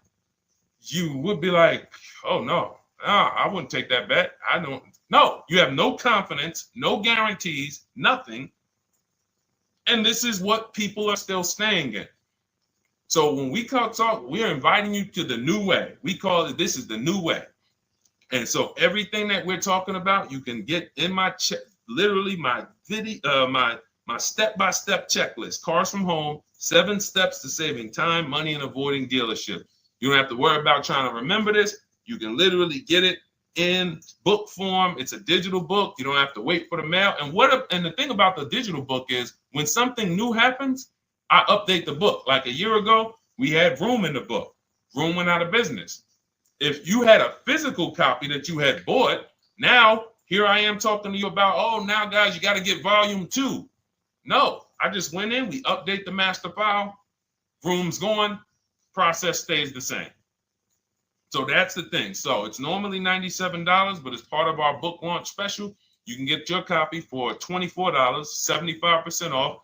It's a 2-hour only offer. So next 2 hours, if you visited, you'll see the timer. Once it gets to 0, the investment is $97, and it's worth every single penny. The return on that $97 will be incredible. But if you get there before the offer expires, you get yours for $24. So head to my TikTok bio, click that link, my Instagram bio, the YouTube comments, or the Facebook comments. We have a link there for you. Grab your copy for 75% off.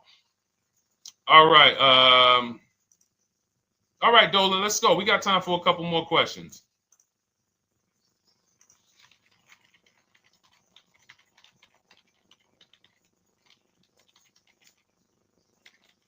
Okay, I'm shopping for a 2018 to 2019 Platinum Escalade. Should I buy in town, or what do you feel about delivery charges from out of town? I would compare. So it goes back to what we started talking about on the in the show when we first started. Total. This is why you need to know the original price. So when you know the original price, what you're looking at, and this is everyone who's shopping for a used car. Without knowing the original price, you're just grabbing at straws. You're buying based on made up prices. You don't know. How do I know he's asking $65,000 for it? How do we know that's a good price? You don't. Buyer's remorse prone. Zero confidence in what you pay. But when we know the new price, oh, the original price of this one was $102,000. Original price of this one was $110,000. Original price of this one was $90,000. And when we get into more expensive cars, the losses become way more. To whom much is given, much is also required. So the losses on 80, 90,000, 200 Bentleys, Rolls Royces, the losses become multiplied dramatically. So if we knew, okay, this one was originally $102,000, they're offering this for $60,000. Oh man, they're giving me, 50, they're giving me 45% off. Oh man, this one right here was originally $90,000, but they're offering it to me for, $64,000. Well, they're only giving me 30% off. So you'll look, without knowing the original price, you're buying the wrong car because you're not buying based on value. You're buying based on made up prices. We think this is a good price in the market, but what is the discount off the new vehicle?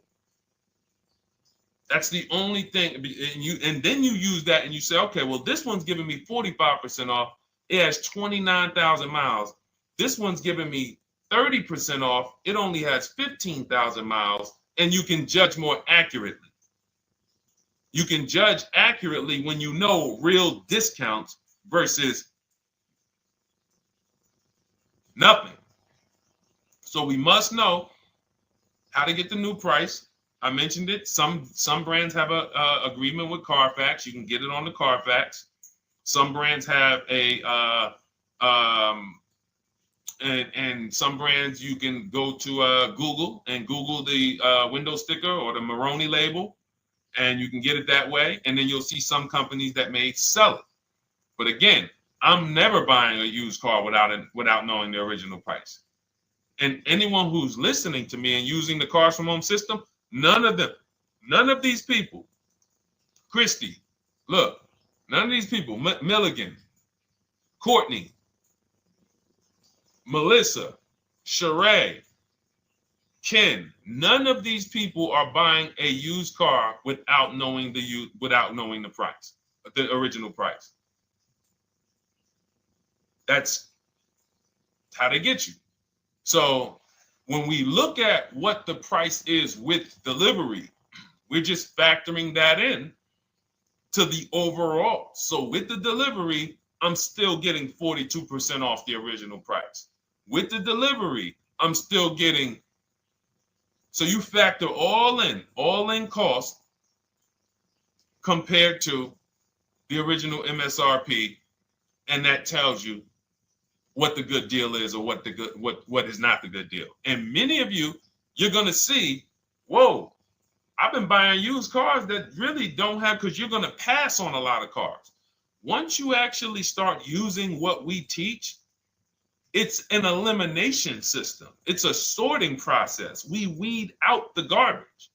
So a lot of the cars that you would have normally gotten thinking it was the good deal, you're going to see, whoa, if I didn't know this, I would have got that car, because that car is $2,000 less money online. But when I got the original MSRP, I see that this car has $20,000 more equipment in it. MSRP of this car was 105. MSRP of this car is 85. Whoa. And it might not be that dramatic, but sometimes especially on some luxury cars, it will be. It'll be that different. So this is how we gauge value. So when we pull off in the dealership, you see people, they send their numbers. You're going to be quick to write me. Man, I can't wait to write Deshone and tell him about this. I can't wait. Man, you're going to be just like all these other people, all these people we show. Rosalie, I can't wait to write him because I am confident in my deal now. Like, whoa, bro, I just got a used car. I got 48% off the original price. Man, confidence. Would you bet money that you couldn't have got a better? No, yeah, I bet money, man. I did my research, man. I stayed at home. I used the internet like you walked me through it. There was no better deal. I had to, and you know how I know? There's a couple signals that I look for. People say, man, I had to drive an hour and a half to pick this thing up. I'm like, I know you did it right. People want that neighborhood dealer to be, oh, that's my dealer. You own it? No. Somebody did that. Hey, yeah, I work out with a guy at the gym. He came up to me one day. He said, yeah, because I went to my dealer the other day. And, they was telling me. So when I hear this, that just literally is like, oh, you own a dealership? Oh, no. I mean, you mean the dealer that sells you cars and services? Yes. Okay. See, it's just these are not our friends. People inviting their car salesmen to their barbecues. Start making them bid. Watch how quick you see Charlie is not coming to the barbecues anymore. You got your car salesman coming to the barbecues with you. Hey, how many cars?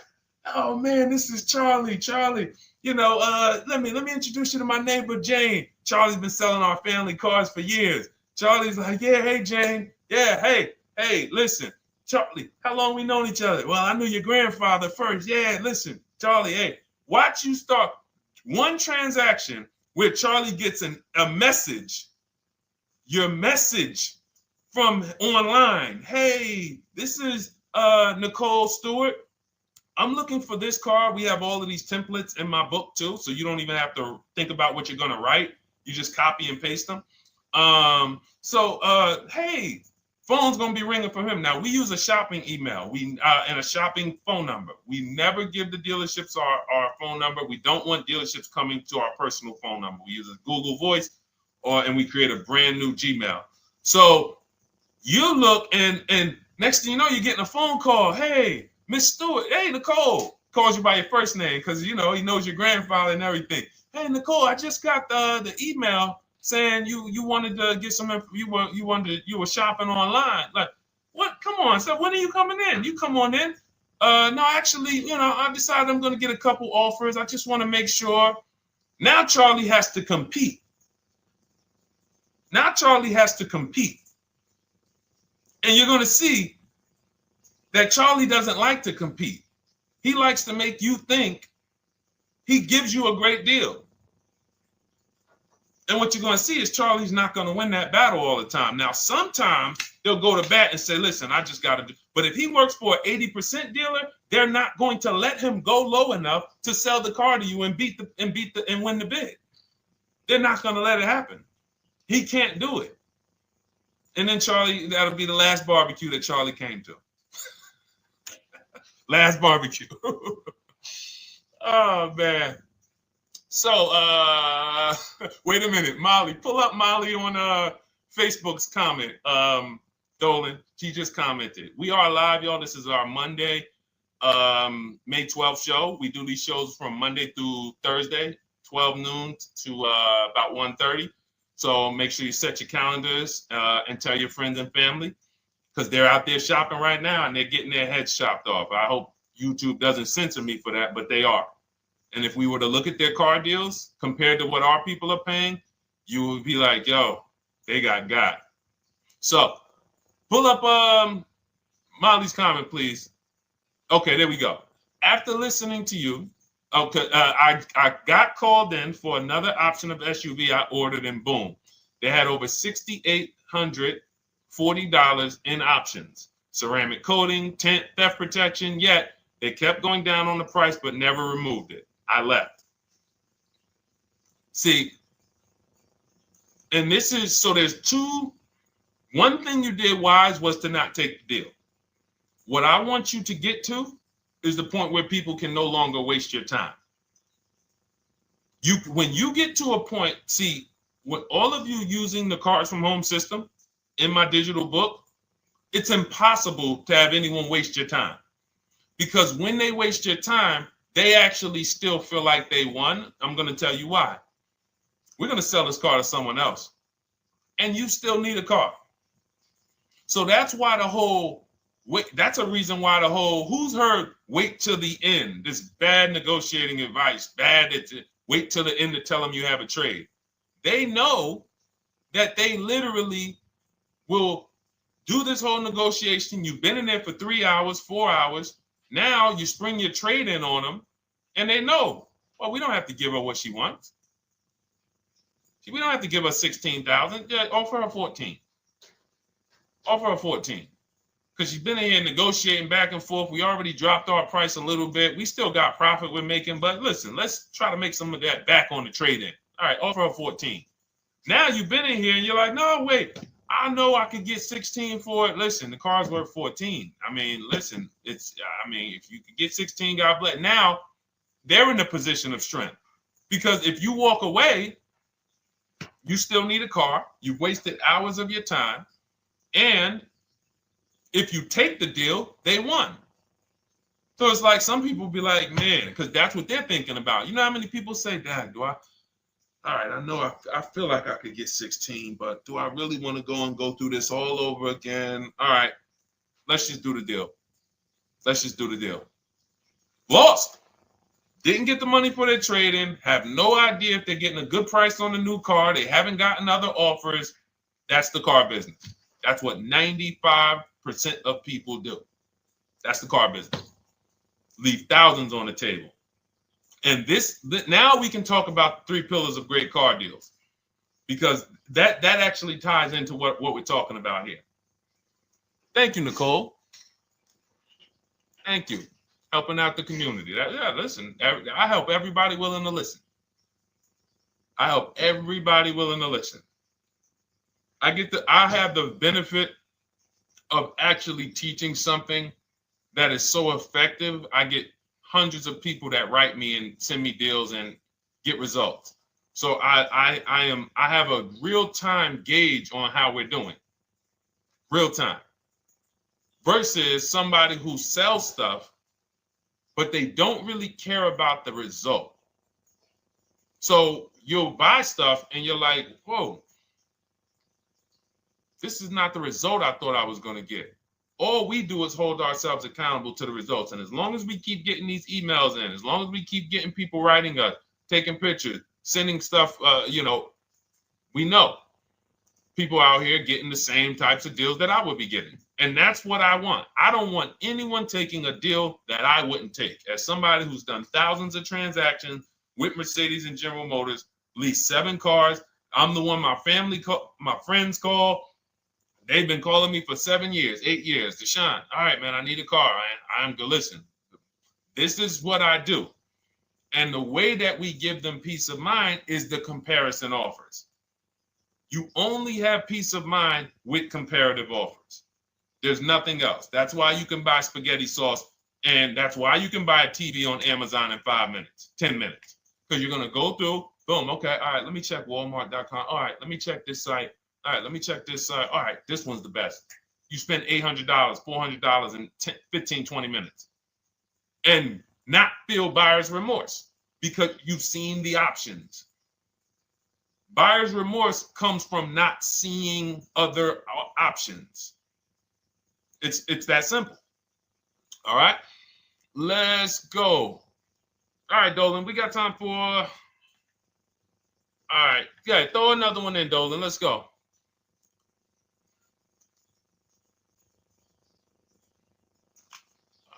right. Okay, 2015 Mercedes-Benz C-Class C300. Hey, wait a minute. R. Hunter Photography. Just got the book, and I'm looking forward to reading it. Congratulations. Everyone who got your book, just type book in the comment section. I just want to give you a shout out. Thank you so much for those. If you have the book or if you just got the book, just type book. Thank you so much, R. Hunter Photography. Appreciate you. Make sure you send me your success story. That's what I care, whether you buy, lease, or purchase. Even when you use the bank bidding war, show me, hey, yo, this bank was at this interest rate. This bank was at this interest rate. And then the dealer got me this. Write me all of that stuff. I love hearing all of that. Michael, good to see you. Michael McLaurin on TikTok. Thank you so much. Use it and win. Use it and win. I want that book to return to you $5,000 to $10,000 per deal. So every single time you do a car deal, that book should be returning to you $5,000 to $10,000 per deal. All right, 2015 Mercedes C-Class, 85,000 miles. What are you thinking? See, there's nothing there. You get what I'm saying? There's nothing there. You have nothing to compare it to. Now, here's the thing. We teach something in the book called, and we still got to go to the 3 pillars of great car deals again. But there's nothing, we teach something, there's no boundaries in car buying. There haven't been no boundaries. For example, let's talk about the most expensive purchase most people make. Now, in this case, sometimes it's people's cars because people aren't buying houses as much as they used to. But the most expensive purchase people make is their house. Would anyone on here get a 40-year mortgage? Anybody? Yes or no? Thanks, EJ. Enjoy the book. I can't wait to hear from you. Anyone? Would anyone get a 40-year mortgage? Anybody? We got smart people on here. Anybody signing up for the 40-year mortgage? No. Okay. So if no one's signing up for the 40-year mortgage, the question is why? Why? Because we know that's too long. If you got to take a 40-year mortgage, go. God bless you. Yes, go get you. God bless you. Hope she's well. And I'm glad you got your book there, Ariel. Would anyone and you don't have to worry about reading it. It's a step by step. It's a checklist. So do one step, check that step off. Next step, check. Boom. That's how it is. Because there's a built-in. It's been built into our education. You don't take a mortgage longer than 30 years. And if you want to be super conservative and you can afford it, take a 15-year mortgage. But we don't go 40. We don't go 50. They're available.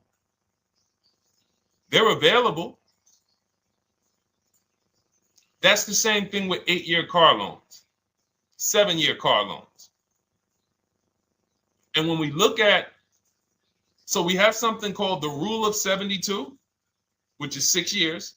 and the 10th birthday. What this says is you should never take a loan longer than 6 years, 72 months, and you should have the car paid off by the 10th birthday. Now, why? Because when I was in Mercedes, people who would come out is two people who hate, this is actually the same person. They hate Mercedes. They hate BMW. Why? Because they had an older one, no warranty, and they could not afford the maintenance and the repairs on top of the money they were paying for it. They hate it. You ever hear people say, oh, never buy that, man. I had one of those. It was a money pit. It was a money pit because you bought one that you wanted to shoehorn your way into the car. You couldn't afford the one that had the warranty, 3 years, 4 years old, buy an extended warranty, keep it 8, 9, 10 years, pay the car off in 5 or 6, and then you have, a couple years with no payment. You still have money to the side for your maintenance and your repairs when things go wrong. No, you bought one right from the start with no warranty because you wanted to be in a Mercedes. And they come out crying. You could just see it welling up in their eyes. We know, we've seen it too many times. That's a brand that people without any affordability index, they're going to buy cars that they cannot afford because they can afford the payment. And the saying is, if you can't afford to maintain it and repair it, you can't afford the car. So we never want a car that has a loan on it past the 10th birthday. That's an affordability gauge. That means I'm looking at a 6-year-old car. Car is 6 years old. 4-year loan. The amount of the number of years on the car, and this is in my book. Nothing I'm telling y'all is me coming off the top of my head or off the fly. I'm teaching you out of my book. That's what these shows are. I'm literally, when you are reading the book, I remember Deshone talking about this on the stream. Oh, I remember Deshone said this on the show. Everything I'm teaching you on the show is my book. So you can understand. I'm not winging any of this stuff. But when you look at the rule of 72 and the 10th birthday, it says the age of the car and the number of years on the loan should not go past 10. So if you're looking at a 5-year-old car, that already says my budget can only afford 5 years old. Like I can't get 4 years, 3 years old, which means I need a 5-year loan. If I'm looking at a 4-year-old car, I could do a 10-year loan. I mean a 6-year loan, because that's under 10. If I'm looking at a 3-year-old car, I can do a 6-year loan. 2-year-old car, 6-year loan. But if I'm looking at a 7-year-old car, 3-year loan. And what you're going to see is, wow, when I use that, Deshone, I see there's certain cars I can't afford. Correct. Correct. Because you can't afford the car to begin with if you need to get a 6-year loan on a 7-year-old car. Does that make sense? Type $ if that makes sense. Type a $ if you're getting this. Type a $ and let me know you're getting this. Never heard of a 40-year mortgage. Exactly, Artelis on Instagram. I didn't hear about it until I started teaching this. Because the reason we created the rule of 72 on the 10th birthday is because we wanted to bring the same standards that they have in mortgages to the car business. There are people who only get a 3-year loan on a car or a 4-year loan on a car. That's like a 15-year mortgage, short-term mortgage. And then there's people who say, all right, I want to do a more average 5 or 6-year loan. That's your 30-year mortgage. But when you start going to 7-year loans, that's 84 months on a car, you're moving to like a 40-year mortgage. You are going past affordability. This is a sign. This is a red flag. I cannot afford this car. I cannot afford this car. Let me look at less car. Let me look at what I can sacrifice. We talked about that earlier. Can I sacrifice size? You don't usually want to do that unless you're getting a car that's just big for no reason. Oh, I just like big cars. Well, you might not want to get a big car in this time. You might want to go smaller. But never get a car that doesn't cover your needs in terms of size. What you really want to look at is amenities. All right, I don't need the big sunroof and the leather and all of this stuff. You know what? Let me go to the next amenities down. Class. So you're like, oh man, I'm used to driving Lexus. I'm used to driving Mercedes. I'm used to driving Genesis. I'm used to driving Infiniti, Acura. No, maybe you got to go down to the next class. You'll save $5,000-$7,000 going to a lower class of vehicle. These are the things that you want to be looking at. This is how you want to approach. This is how you don't. This is how we win. This is how you understand your car transactions versus just like, all right, time to get a car. Can you just do this for me, Mr. Person who I know is going to make money on me, and it's your job to make money and they're going to fire you if you don't make money on me? Could you just get me the best deal possible? No. DJ EJ, thank you. Ray, getting value out of it. I see you. Awesome. Deshone, how much should we try to negotiate out the door? That's a bidding process. See, that's a feeling for, we don't worry about that. I'm going to tell you why. Some deals, their best deal is going to be $10,000 off. Some cars, the best deal is going to be $5,000 off. Give you an example. In some deals, the best deal is going to be, you're not ready for this, almost $30,000 off. Now, let me show you each one. So when you look at, where's Tiffany? So Tiffany, no, that's Chris. Hold on. That's Kanika. Oh, wait a minute. All right, let's go to the.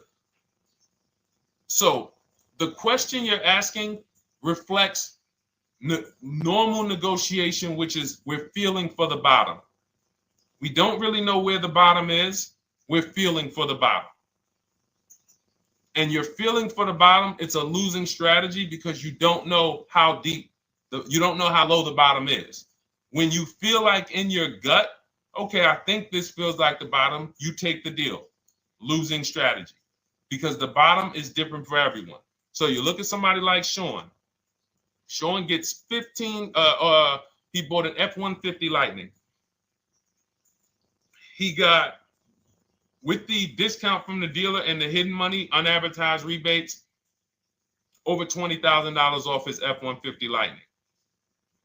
Over $20,000 off. Now, you look at somebody who, let's see if we can find Kimberly. Kimberly, when she got her Maserati, I love just keeping Kimberly up because she's like, you know, she got over $20,000 off her brand new Maserati when she got it, even though it was last year. But I want to look for a smaller deal. So I think I might have took Tiffany's down. Hold on. Because Tiffany got a Mazda. Hold on. I used the strategy in your book. Hold on. Tiffany got a Mazda, and when she got her bids, her best offer was $6,300 off. That was the best offer on that car. But she had other offers that were $3,000 off, $2,000 off, sticker price, over sticker. That was $63,000 off, $6,300 off. Then you look at somebody like Milligan. Milligan got the biggest discount I've ever seen in my life. She got a $79,000 car. She got her bids, and she got almost $30,000 off. It's $79,000. She paid $51,359. Brand new car. Brand new car. Brand new car. So do you see that if we're trying to feel for the bottom, let's say you think, all right, $3,000 off. I guess that's a good deal. You're getting beheaded. So we cannot feel for the bottom. That is buyer's remorse prone. That is how we have buyer's remorse. The only thing we do is we sit at home, we get bids. That's the name of the game. When you are getting bids, life changes. You now know, oh, this deal is taking off 8. This deal is taking off 2. This deal is taking off 8. This deal is taking off 10. This deal is taking off nothing. Oh, the $10,000 dealer wins the bid. You took off $10,000. That was the bottom. And again, we use the 25-to-5 strategy where I show you how to connect with 25 dealers in 20 minutes from home. You get your bid. You want to call around, do it by phone, call and get your bid by phone. We do this by email without talking. That is what's in my book. That's how we do it. So everything we talked about is in my new digital book. Cars from Home, 7 Steps to Saving Time, Money, and Avoiding Dealerships. Normally $97, part of our welcome offer. You get your copy for $24. That's 75% off. In my TikTok bio, click that link. My Instagram bio, click that link. Or YouTube comments in the Facebook comments, deshonsbook.com. 2 hours, get your $24 and let that continue to make money for you and keep money in your family. We didn't talk about. We didn't talk about selling leases and equity in leases. We didn't talk about the bank bidding wars. We didn't talk about, we did deep on leasing versus buying. We hit on a lot. We hit on a lot today. Now, for those of you who are like, Deshone, I'm just meeting you, I don't really trust you yet, then start with my free cheat sheets. Dolan will put a link for you. You can go to DeshonesCheatSheets.com, put a link in the comments, and just start with my free cheat sheets. We've given thousands of people have started with my free cheat sheets. That'll expose you to the Cars from Home world, because once you see the value, like, wow, this is what Deshone's giving us for free. What is in the book? The book is your step-by-step checklist, step-by-step blueprint. But if you're like, you know what, let me just get started with the cheat sheets, go grab the cheat sheets. Now, mark your calendars. We're here Monday through Thursday, 12 p.m. Eastern Time. Show usually lasts about 90 minutes. You can bring your questions. You might be watching this on a replay, because you'll see a lot of people ask the same question you would have asked. But mark your calendar so you don't miss a show. We'll be back, and then we'll run the whole replays all through the weekend for those who couldn't be here during the week. So I'm going to start. I might start doing something for people who bring people. Write me some ideas, because what I really want is I want to come up with something, a way to reward people who share. That's why I wanted to give a free copy of my book to our nurse on TikTok. You know, like, I want to come up with something for people that bring people, that help me actually spread this message. DM me some ideas, and I'll watch that. I can't read all the DMs, but I will certainly start that DM with, you know, I have an idea, and then I'll know that's you. Because I want to come up with something specifically for the people who share. All right. I'll see y'all tomorrow. Thanks for watching. This has been our show. Congratulations to everybody that got the book. Make sure you send me your success stories. Email me when you get your cars. I want to hear all about it. All right. God bless you.